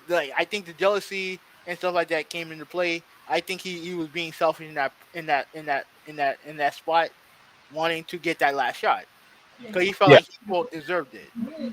And I can't lie and say that as a player who's been through everything that he's been through, I can't say that I don't necessarily disagree with him. I With Scotty. Yeah, I can understand the mindset. I understand the mindset. You're the best player, right? You're the one. In all these years, you took a backseat to Jordan, and you're like, now is my time. I can understand the mindset because NBA players are alpha dogs for the most part. At Yeah. least top players are alpha dogs. So they want that pressure spot. But yeah, so they did cover it. Like you said, like he wasn't he was okay with it during the regular season, but when it came to the playoffs, he was like, no, I want the ball. But go ahead, continue. Yeah. So I believe that he wanted to have the exact same spotlight, because this was his chance to shine now that Michael Jordan was gone. Yes, I agree with So that. even so, despite that, yeah, he probably he was okay with it before. I believe now, at least, I mean, I should say back then, in retrospect, all the history that he has gone through, like you said, he had to take a back seat. Mhm. But once Jordan was gone, he wanted to be the guy because he felt that he was obviously the second best player, and that he wanted to receive the exact same shine that Michael Jordan had received when Michael Jordan was was with the team. Mhm. Now here's the one thing that I also wanted to address. Wait, do you want to talk about the race thing yet or not yet? No, the race to me, the race thing is not important. Like it Oh, really is. okay. All right, all right. I don't think it's important to this conversation. Like the reason why I wanted to talk about it was because of the stuff that he said about him Jordan releasing the documentary just so he can outshine LeBron, take some shine away from LeBron. Yeah. Now, can you? Do you agree with that? By the way, yes or no? No, You don't, no. because I do. I agree with. I think that's exactly what happened. You think Michael Jordan decided to release it now because of LeBron James? Hmm. I think it had more so to do with the whole COVID thing. No, because like I said, like editing all that footage takes years. I think, Editing that footage takes years.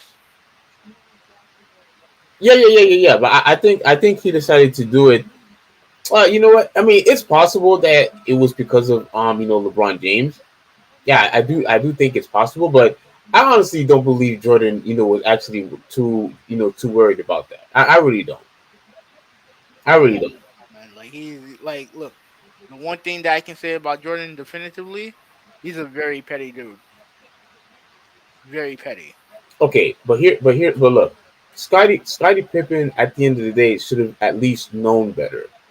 Because look, throughout history, we've seen this happen with other players. We've seen it with Kobe Bryant and Shaq, Hmm. right? We've seen that with not really more so with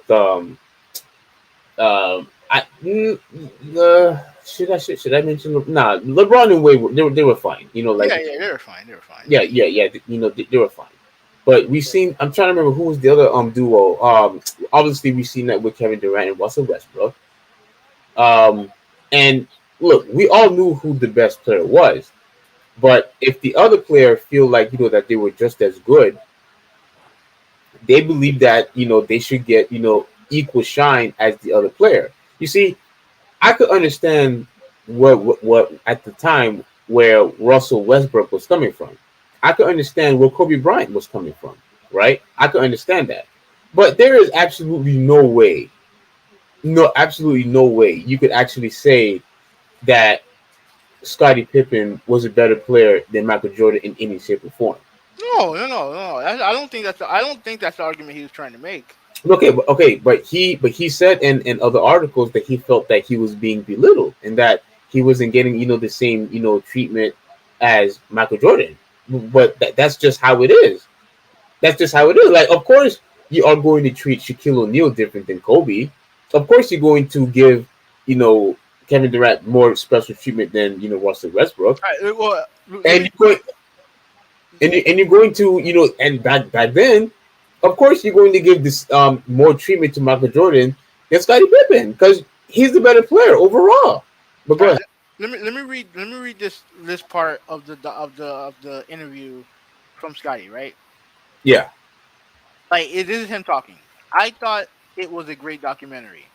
I felt like the documentary only told a story that sort of glorified him as a player and not glorified us as a team.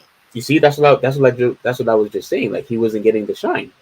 Well, he was talking about the team should go under shine. That's what he's saying here. Okay. And then he continues like Jordan was a great scorer, but a lot of things that he did was based on him as an individual. And I think basketball is a team game. Okay. And but Um, at the end, you broke up really bad for like 3 seconds. like I agree with Scotty on that point, but like listen, you have those championships because of Jordan. Like your legacy is where it is because of Jordan. Like that's just how it is. And I don't know if he I don't know. Sometimes I don't understand what he's trying to say. Um, Well, Let me read this part. Let me read this yeah. part. Let me put it on full screen so I can read it. While their chemistry on the court was undeniable, Pippen said after the buzzer blared, it was a different story. And here's Pippen. It wasn't what you saw on the court, he said bluntly. We always will have that respect for each other, but our friendship is not where people see it on TV. Think it is. When asked if he thought Jordan would be as successful without him, Pippen said in short, no. But I don't think I would be successful without him. I think we both complemented each other in a lot of different ways. He explained. We kind of completed and pushed each other to be great. Competed. Okay, okay. Like you pushed each other to be. You didn't push Jordan to do anything.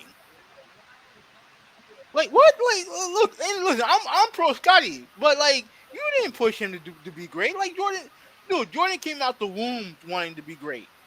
I'll say that about Jordan. He came out the womb wanting to be great. That dude showcased leadership and dedication From day one. From the very beginning. Yeah, like what you said you push each other to be great. No, he pushed you to be great. He pushed you to be great. That's what happened. Like and like I said, I'm pro Pippen, but like I can't agree with that. I can't agree with that. Yeah, like for me, we already seen it on display many times, during the past, how Jordan would always get on the players, and yeah, some of the times you could say that he look that he was rude or obnoxious, and he was being a bully. And look, should there have been times where Michael Jordan could have been more delicate? Sure, I think so. Like for me, I think a lot of that is overblown. Like I think everyone, you can tell that Jordan at times, can be an asshole. Like it is what it is. Like Yeah. a lot of greats are like that. Like I've heard stories about like Tom Brady, even guys like Dan Marino. Like they can be assholes at times. Like it is what it is. But like at the end of the day, like like those guys are there for a reason, and I'm sure that like people lead differently, and as long as you're winning, the good times are there. Yeah. So, yeah, go ahead. Continue what you're gonna say. Let's see if there's anything else on here. Let me see if Yeah, you can read the whole thing because that's no, I don't want to read it because no, trust me, it's really good. It's very juicy. No, because a lot of this stuff like I'm reading is just about his life. Oh, okay. What was I going to say? Yeah. So for me, Jordan, like I said, he could have probably been a little bit more delicate, I guess, and he could have, probably have been, more, laid back at times.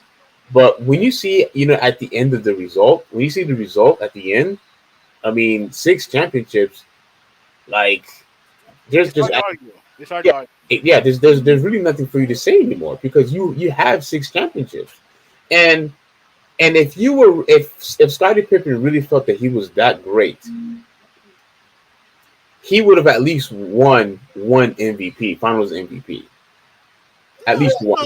No. Like, look, he look. Scottie is a great player. No, but I'm saying he would have at least won one MVP. He didn't even win not one single regular season MVP. That's fine. Like because Jordan was winning all of them. Okay, so my point is, it's not even close. No, I don't think it's close. I don't think it was close between them. Yeah, it's not even close. So of course he's going to get all the spotlight. Now, if you're not going to read anything else, there is one article that I wanted to read. Okay, all right. Let me read this part because this goes into the whole like his mentality, right? When it came to the thing with Kukoc, right? The book also details a dark moment in his relationship with then Bulls head coach Phil Jackson. In the 1994 Eastern Conference semifinal playoff game against the Knicks, Johnson drew up drew up the game-winning shot off the inbound pass from Kukoc over Pippen, who decided to sit out the last one. Yeah. Pippen would later call Jackson a racist because of that decision. And this is Pippen talking. I felt like that I had earned my right to take that last shot, Pippen said. And I felt like he disrespected me at that moment. Okay. Stop right there before you continue on. This is exactly what I said just earlier. It's like he felt that he was the man that he was the leader, that he was the best player on that team, just like how Michael Jordan was, and that he should have gotten the exact same treatment that Michael Jordan got. That's exactly what I said. He wanted to have the opportunity to be the next Michael Jordan, at least for that short time, at least for that short small time span. You know what I mean? Like he wanted to be the guy, and for him to get upset because of one game winning shot, like to me that's being selfish to me. But go ahead. Let me continue. When you're a player and you're in the heat of the moment, those things go through your mind. But now that it's over, I've had a lot of great times with Phil. Then I did bad times, and that's why I said that. No, that don't make any sense. Yeah, I don't really understand that either. I really don't. I really don't. I think yeah, I'm not gonna try to dissect what he's All talking right, about. well, go ahead. Read your article. All right, so let me get out of here and let me show you let me put this on share because I believe that the article that I saw I mean it's pretty much the same thing, but it's a bit different. Like here it says here look what it says. Scottie Pippen felt belittled by Michael Jordan's The Last Dance documentary. Mm-hmm. And it says here, Chicago Bulls legend Scottie Pippen says he felt belittled in Michael Jordan's Last Dance documentary and says his new book is an attempt to give fans his side of the story. Mm-hmm. Now, I'm not going to lie to you. I had no interest whatsoever with this book. No interest at all. Now, I'm pretty sure you have noticed that, I would buy a couple of books here and there, to read, for education purposes and stuff like that. But also, something crazy just happened in the Heat game. what just happened? I mean, all I saw was that Marquise Morris went flying, and Joker was just standing there. I do wonder what the hell. I wonder what the hell happened. Oh, okay. Yeah, I'm not watching because I'm watching the Monday Night Football game, and it's a very, very, very close game. Yeah, I gotta see what happened. Hold on a second. Continue reading. I'm listening. No, you're not. Are you watching the game? Okay, I'm watching the game. I'm still listening to you. Yeah, you can never stay focused. Goodness. Okay. So Chicago Bulls legend Scottie Pippen. Are you able to see the article? Yeah, I have it in full screen. Okay. Chicago Bulls legend Scottie Pippen says he felt belittled in Michael Jordan's Last Dance documentary, and says his new book is an attempt to give fans his side of the story. Well, I'm sorry, dude, but Jimmy Butler, that dude is heated. I really wanna turn to the game, but like this Monday Night Football game is like so close right now. Is the Steelers is at 26, Chicago's in 27, and it looks like the Steelers might win. This game is actually really good, but okay. Okay, no, I got okay. Let me see what happens here. Hold on, let me see what happens here. So, Okay. And then Morris bumped him. Morris definitely bumped him, and then he gave him a shove from behind. Morris bumped him. Yeah, Morris definitely bumped him first. Definitely that's definitely a bad foul, and then I mean, literally Joker bum rushed him with an elbow. Oh, I just saw him. He bumped him from behind. Yeah. But get up. Like that didn't hurt. Get up. I don't know. Oh my god! Like I mean, if he's flopping, he's doing a hell of a job flopping. I'm telling you. that dude's not hurt. Like I seen LeBron James do that too. Like get the hell up. Like be a man and get up. Like get out of here, man. Get out of here, man. I don't think he's hurt. Now if he is hurt, then I like how you switched it up. Now, if he's really hurt, then yeah, obviously, I don't mean it, but Yeah, I don't mean it. Maybe he triggered a nerve or something with his neck. I don't know, but yeah, that dude's flat on the floor. Yeah, and they got the stretcher out too. Okay, so maybe it is serious. So my apologies for that. Oh Holy My fuck. apologies for I that. mean, the thing, it didn't look that bad, but he definitely hit him hard though. He definitely hit him hard. And if he has to get ruled off, I guarantee you this is going to be a flagrant too. Oh what? Oh yeah, 100%. Like it's a flagrant too. Like no, to be fair, Morris did bump him first. That was not a common foul. That was nothing. That was a bad foul on Morris. Yes, he did out of retaliation. Well, I think he did it out of retaliation for Bam because he got fouled hard. I didn't think that was a bad foul. Yeah, But like you said, Morris definitely bumped him. yeah. Definitely definitely chin checked him, elbowed him. Like we obviously that's a flagrant. But then what Joker did, like he literally just bum rushed him. Yeah, bum rushed him, from the back. Yeah. It looked like I said. I think it probably like hit her nerve or something because that bump didn't really look like much. It No, looked I mean he definitely bull rushed him. He definitely bull rushed him. like, oh jeez, yeah. He's still on the ground, so I think it's serious. It's serious. My apologies, everybody. It looks like Morris is down and he has not gotten up. Like he originally got up like for after a little bit, but then he went back down. Oh really? Yeah. That's bad. All right. So he's on his at least he's halfway up. Oh man.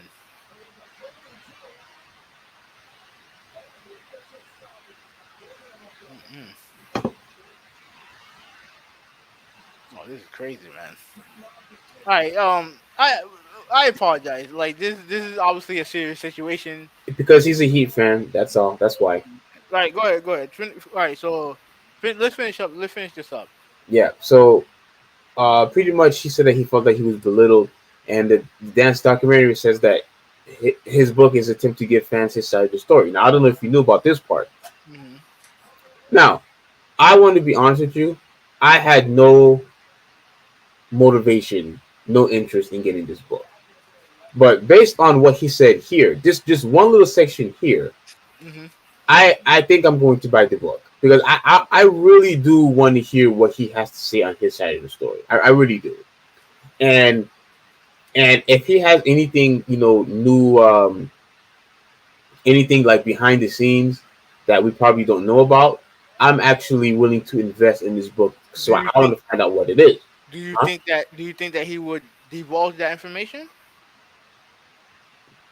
Yeah, I mean, it's in the book. You can pretty much say whatever you want once you make a book. Hmm.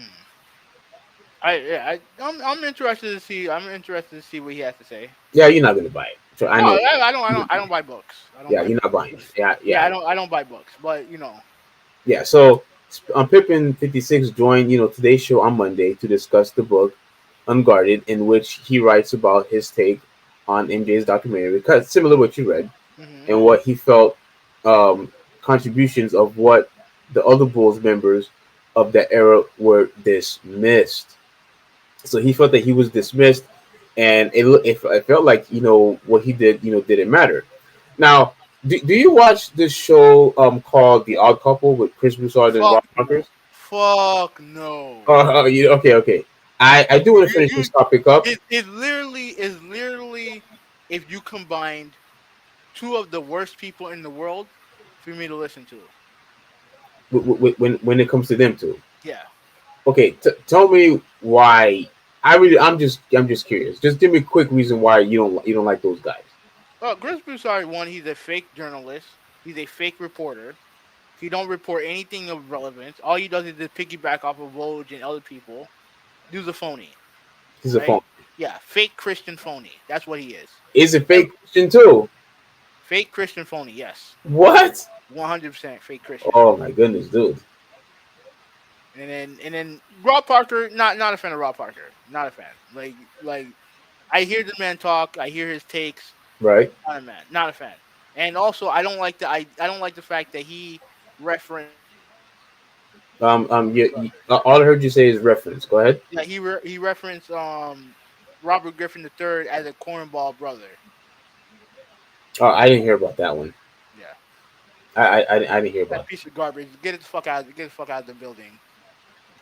Piece of shit. Oh, he did. So it's a finger too. Yeah. I guarantee you, if he didn't get hurt, they would have just called it a regular foul. Or No, that's a flagrant two. foul. That's a flagrant two. Come Like, on, I mean, all that to get real, bro. no, that's a flagrant two.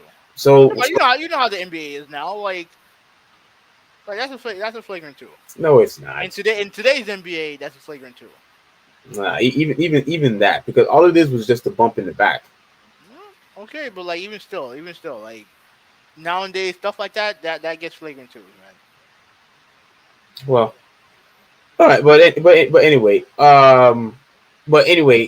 they had said something, that was very interesting, because I don't watch it often. Mm-hmm. When it's on, if I hear it, then fine, I'll listen to see what they have to say. Mm-hmm. But they had said something very interesting, because Chris had basically said that Scottie Pippen obviously was in defensive first team Mm-hmm. Multiple times. He's obviously in the top 50, right? Isn't he a top 50 player of all time? Yeah. I think he's top 50. And he has constantly been recognized as Robin, as a huge contributor, as somebody who Michael Jordan probably would have not won any rings without him. So he's been getting constant credit over the years anyway. Yeah, but but like I said before, that dude's very sensitive. I'm sure he's heard some people, namely Skip Bayless, call him overrated and stuff like that. Like I know, and look, trust me, I'm sure he's heard of the stuff that Isaiah Thomas has said about him. Like there's definitely some NBA players who don't respect that dude.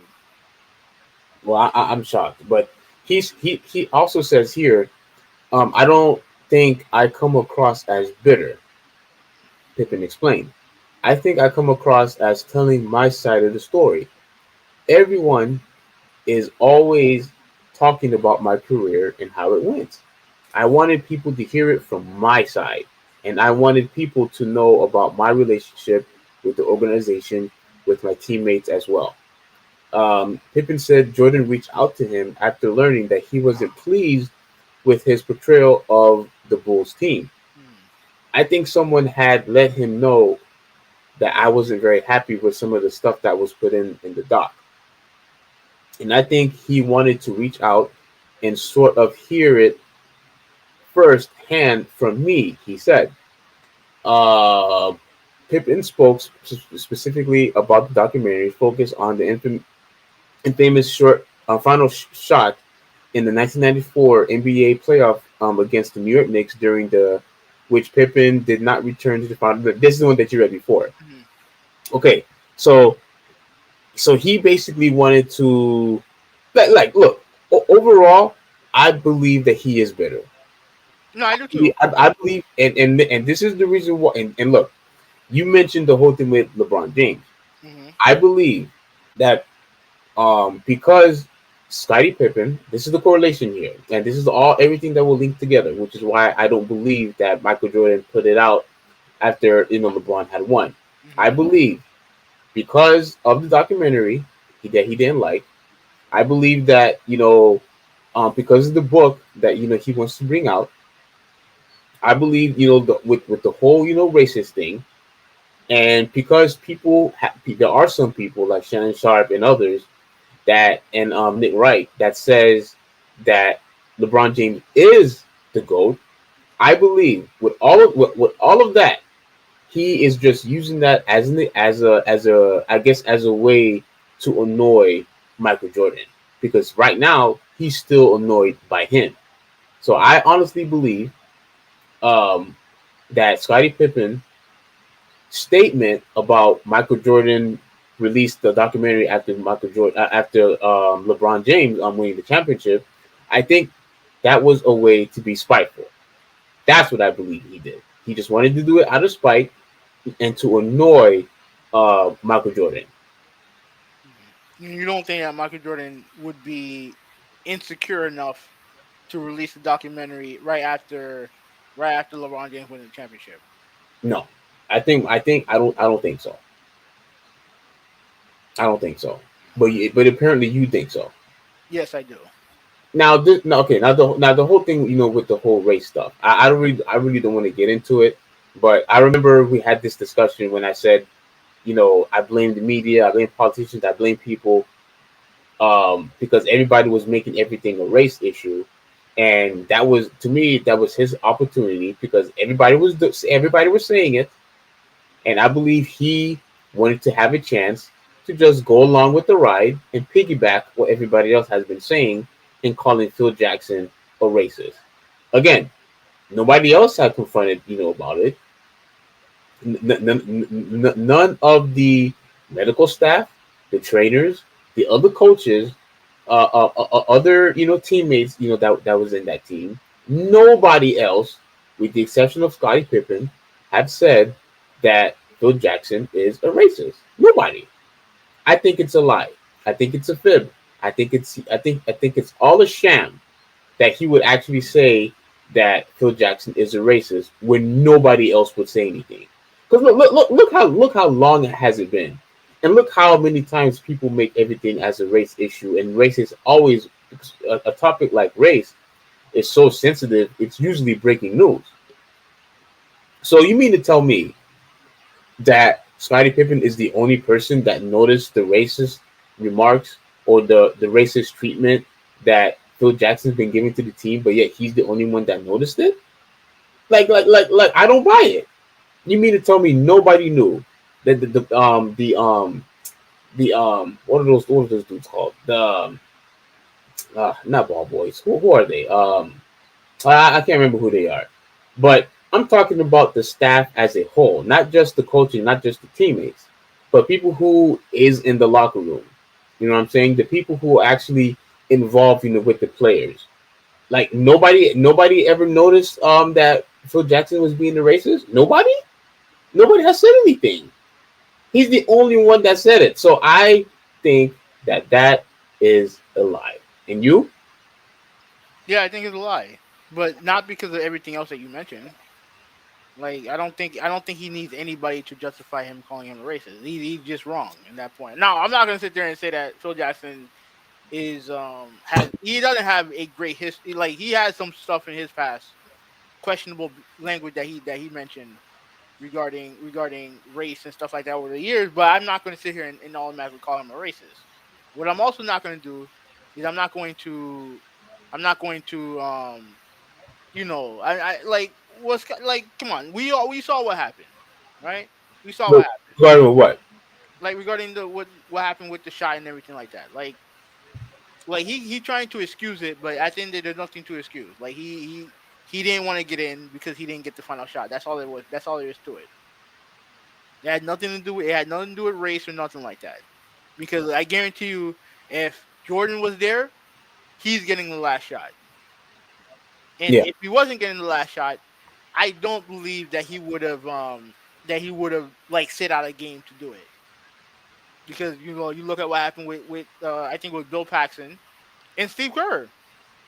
Jordan gave up the ball to those two guys to make the critical shot. Right? That's what he did. Yeah. Pippen didn't do that. In that spot he didn't do it. And to me, I think that he trying everything he can to justify that what happened there by calling him a racist. I don't think he needs the media to help him with that. I think Okay. that's something from a guy who I believe I think he's from Alabama. I think he's from Uh, Alabama, I think. I can't remember. But I know for a fact he's from an area that I know he's experienced racism in the past. I know he has. But to call it that what it was back then, just to justify his actions is BS. And you can easily call it BS without having to go deeper into what's going on in society. Yeah. Not everything is a race issue. And if it's not a race issue, don't mention it. And I know you were irritated when I said that everybody's just making everything a race issue, and it's not. We No, saw. it depends on the situation, but in this case, it's not. Like I don't want to get too deep into it, but in this case, it wasn't a race issue. Yeah, It was yeah, it yeah. was it was one player not wanting to not wanting to take a backseat to a role player. Yeah. And look what it says here. I felt that at the time it was a moment for me to stand up for myself. He said that's very interesting because I don't think that this quote was there on your article. No. Um, as a player, you're out in the heat of the moment competing, and I felt like at that time that was my team. You see, look, this is exactly what I said. That's exactly what I said, and I didn't even read this part. I knew for a fact that was the reason why he was upset. He felt like it was his team, and look, he also said I felt like I had stepped up to a leadership role that I should have been respected more from Phil, who is someone who I sort of grew with the Bulls. And Pippen said that unlike what many believe, he was told to sit on the bench. Well, that's interesting. Oh, shut the fuck up. You were designed to inbound the ball. You didn't want to do it. That's why he told you to sit on the bench. You refused to join the game. He's playing semantics, just like Aaron Rodgers. Look out of here with that bullshit. Okay. Let's not get heated like before. All right. Okay, and all right. So look, just a little bit more. I played with Michael Jordan my whole career. I never had a chance to take that shot. Look, this is exactly what I said. Mm-hmm. And I think I created a lot of those moments for him to take those shots as well.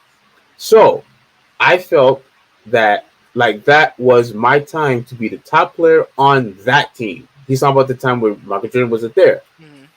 And I don't think that Phil gave me that respect. I think my legacy is already set. He continued. I think I was belittled a little bit in the documentary. I felt like the 1.8 seconds should have never been in the documentary. Michael Jordan wasn't part of that team. No, he's right. He's right there. He is right. But to me, it happened. Like, you can't tell the story of the Bulls without talking about his absence and what was going on when he was gone. Now, if he had left and never came back the first time, then I can understand it. Then I get it. But you have, in order to tell the story of Jordan's comeback, you have to talk about what the Bulls were doing the 2 years that he was out. At least a year and a half that he was out. Yeah. You have to.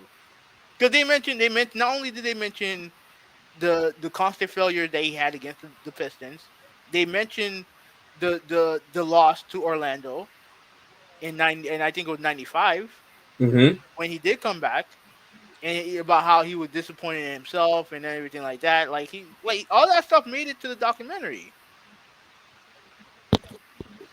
Yeah. All that stuff should be mentioned.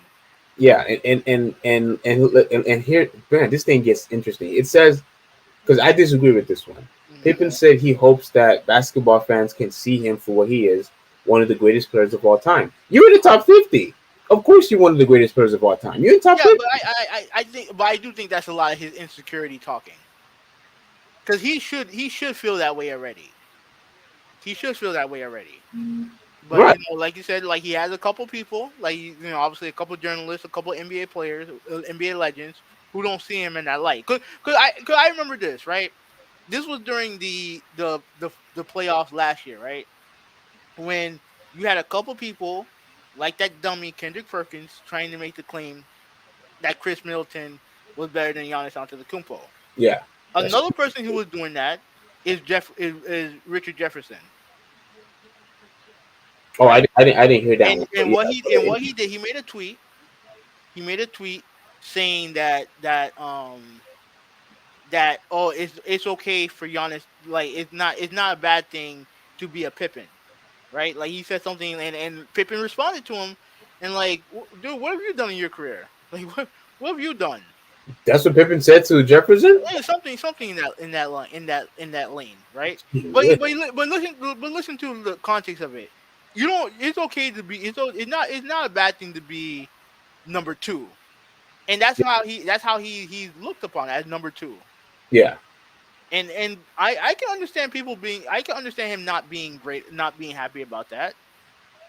I can understand that. That can be annoying. Okay. Hold on. At the end of the day, and I'll let you say this, and then we can go. But at the end of the day, you are one of the greatest players of all time. Jordan gave you the ultimate compliment that if it wasn't for you, he would not have won no championship. He said that in the documentary. Yes, there's other stuff in the documentary but it is what it is. Those things happened. Yeah. And he has to get over that. Those things happen. But at the end of the day, you have 6 rings. And honestly, you got a lot closer to the finals without him than he ever did without you. You can always hold that against him. So Yeah, at the end of the day, huh? Yeah, I agree with that. Yeah, of So course. at the end of the day, he needs to be more secure with his placement in the NBA in NBA lore. Yeah, but see, this is the thing though. It's crap. I forgot what I wanted to ask you. Oh no, yeah, I remember what I was going to ask you because you mentioned about you understand that. There's really nothing. To understand. There's a reason why people put Jordan ahead of Pippen, and the reason why they put Shaq ahead of Kobe at the time. Like, there's a reason. Like, look at the criticism that you gave me every time when I was trying to praise Russell Westbrook, and you kept on saying how, Kevin Durant is by far the better player, which is why he should be the main option. Like you said it. I'm glad now you acknowledge it. No. I acknowledge. I acknowledge. Like I acknowledge it. For quite some time now, but you said it yourself. Like it's not like as if we're disrespecting somebody. You just had to admit that there's just somebody else that's just better than you. And That I don't think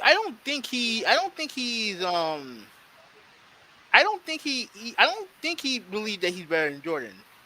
I don't believe that. you think it's just as good. I hope that's not what he's trying to say.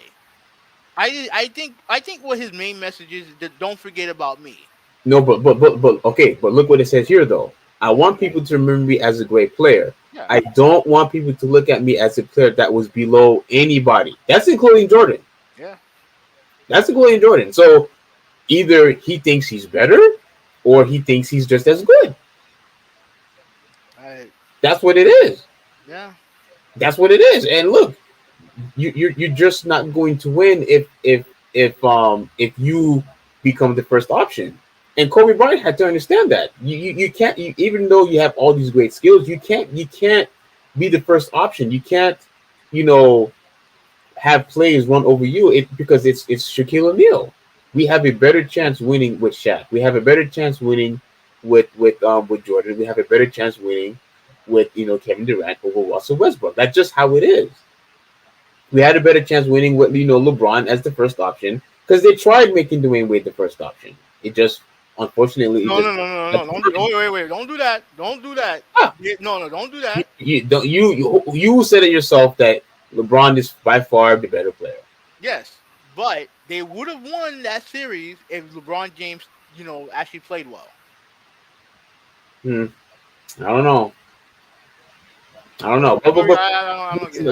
let's finish. Let's wrap this up. Mm-hmm. I believe overall, that Scottie Pippen is obviously better about this. Yes, and I agree with that. Yeah, he's better. I think he envy Michael Jordan, and I think watching that documentary, basically rehashed, and he probably maybe had flashbacks of what happened in the past, and I think with the whole thing with LeBron James, he just wants to get back at Jordan, and regardless of what you say about LeBron, he's never going to reach Jordan ever. Because for me, that's for another story. Yeah. That's for another story. Yeah, he's never. never going to reach Jordan. But I think Scottie Pippen used that as a way to get back at Michael Jordan.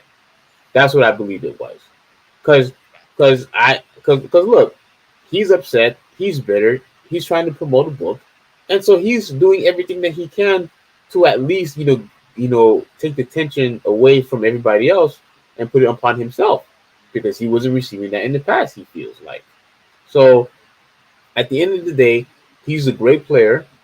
He will never be considered as, number one. He's not even a top 10 of all time. He's not even a top 10. So, at the end of the day, you just have to acknowledge that this guy was just far better than you, by far. So at the end of the day, bro, I really feel bad that he's actually feeling this way because he got, the recognition. He got recognition, and at this point, I'm going to get the book, and I'll tell you how it is, once it releases. But this is just jealousy and nothing more. That's it for the podcast. I'm tired. We're almost at 12 o'clock. Um, Honestly, the podcast. I thought the podcast was gonna be longer. We spent more time on Aaron Rodgers than I would have liked. But I thought we did. I thought we did good. Yeah, you got very emotional about what he said. Yeah. No. It wasn't what he said. It was about the defense of what he said. That's annoying. That's annoying. But regardless of that, Well, I did say let's end on a nice note. Go. What were you gonna say? I did say that yeah he did take it too far, but All right, well, but that's what you should. That's the only thing you should have said. fine. But what I also said that I see where he was going. He just felt like his freedom was being violated, and he probably should have used a different example. But yeah, he felt like Just said that his freedoms are violated. It's bullshit either way. But just don't put Martin Luther King. Don't invoke his name in his message, and you're bullshit. That's all. That's all I'm trying to say. But Yeah. anyway, we do have a special announcement to make, right? So and I'll give him credit. Steve, he's come up with some suggestions that at first I rejected. all of them, by the way. Not all of them. Yeah. But some of them. And one of the things that he suggested was that we talk about topics that are outside of sports and gaming, right? Lots of like politics, stuff, other stuff like that, right? And while I was resistant to it at first, I do think there is a avenue and a place for that.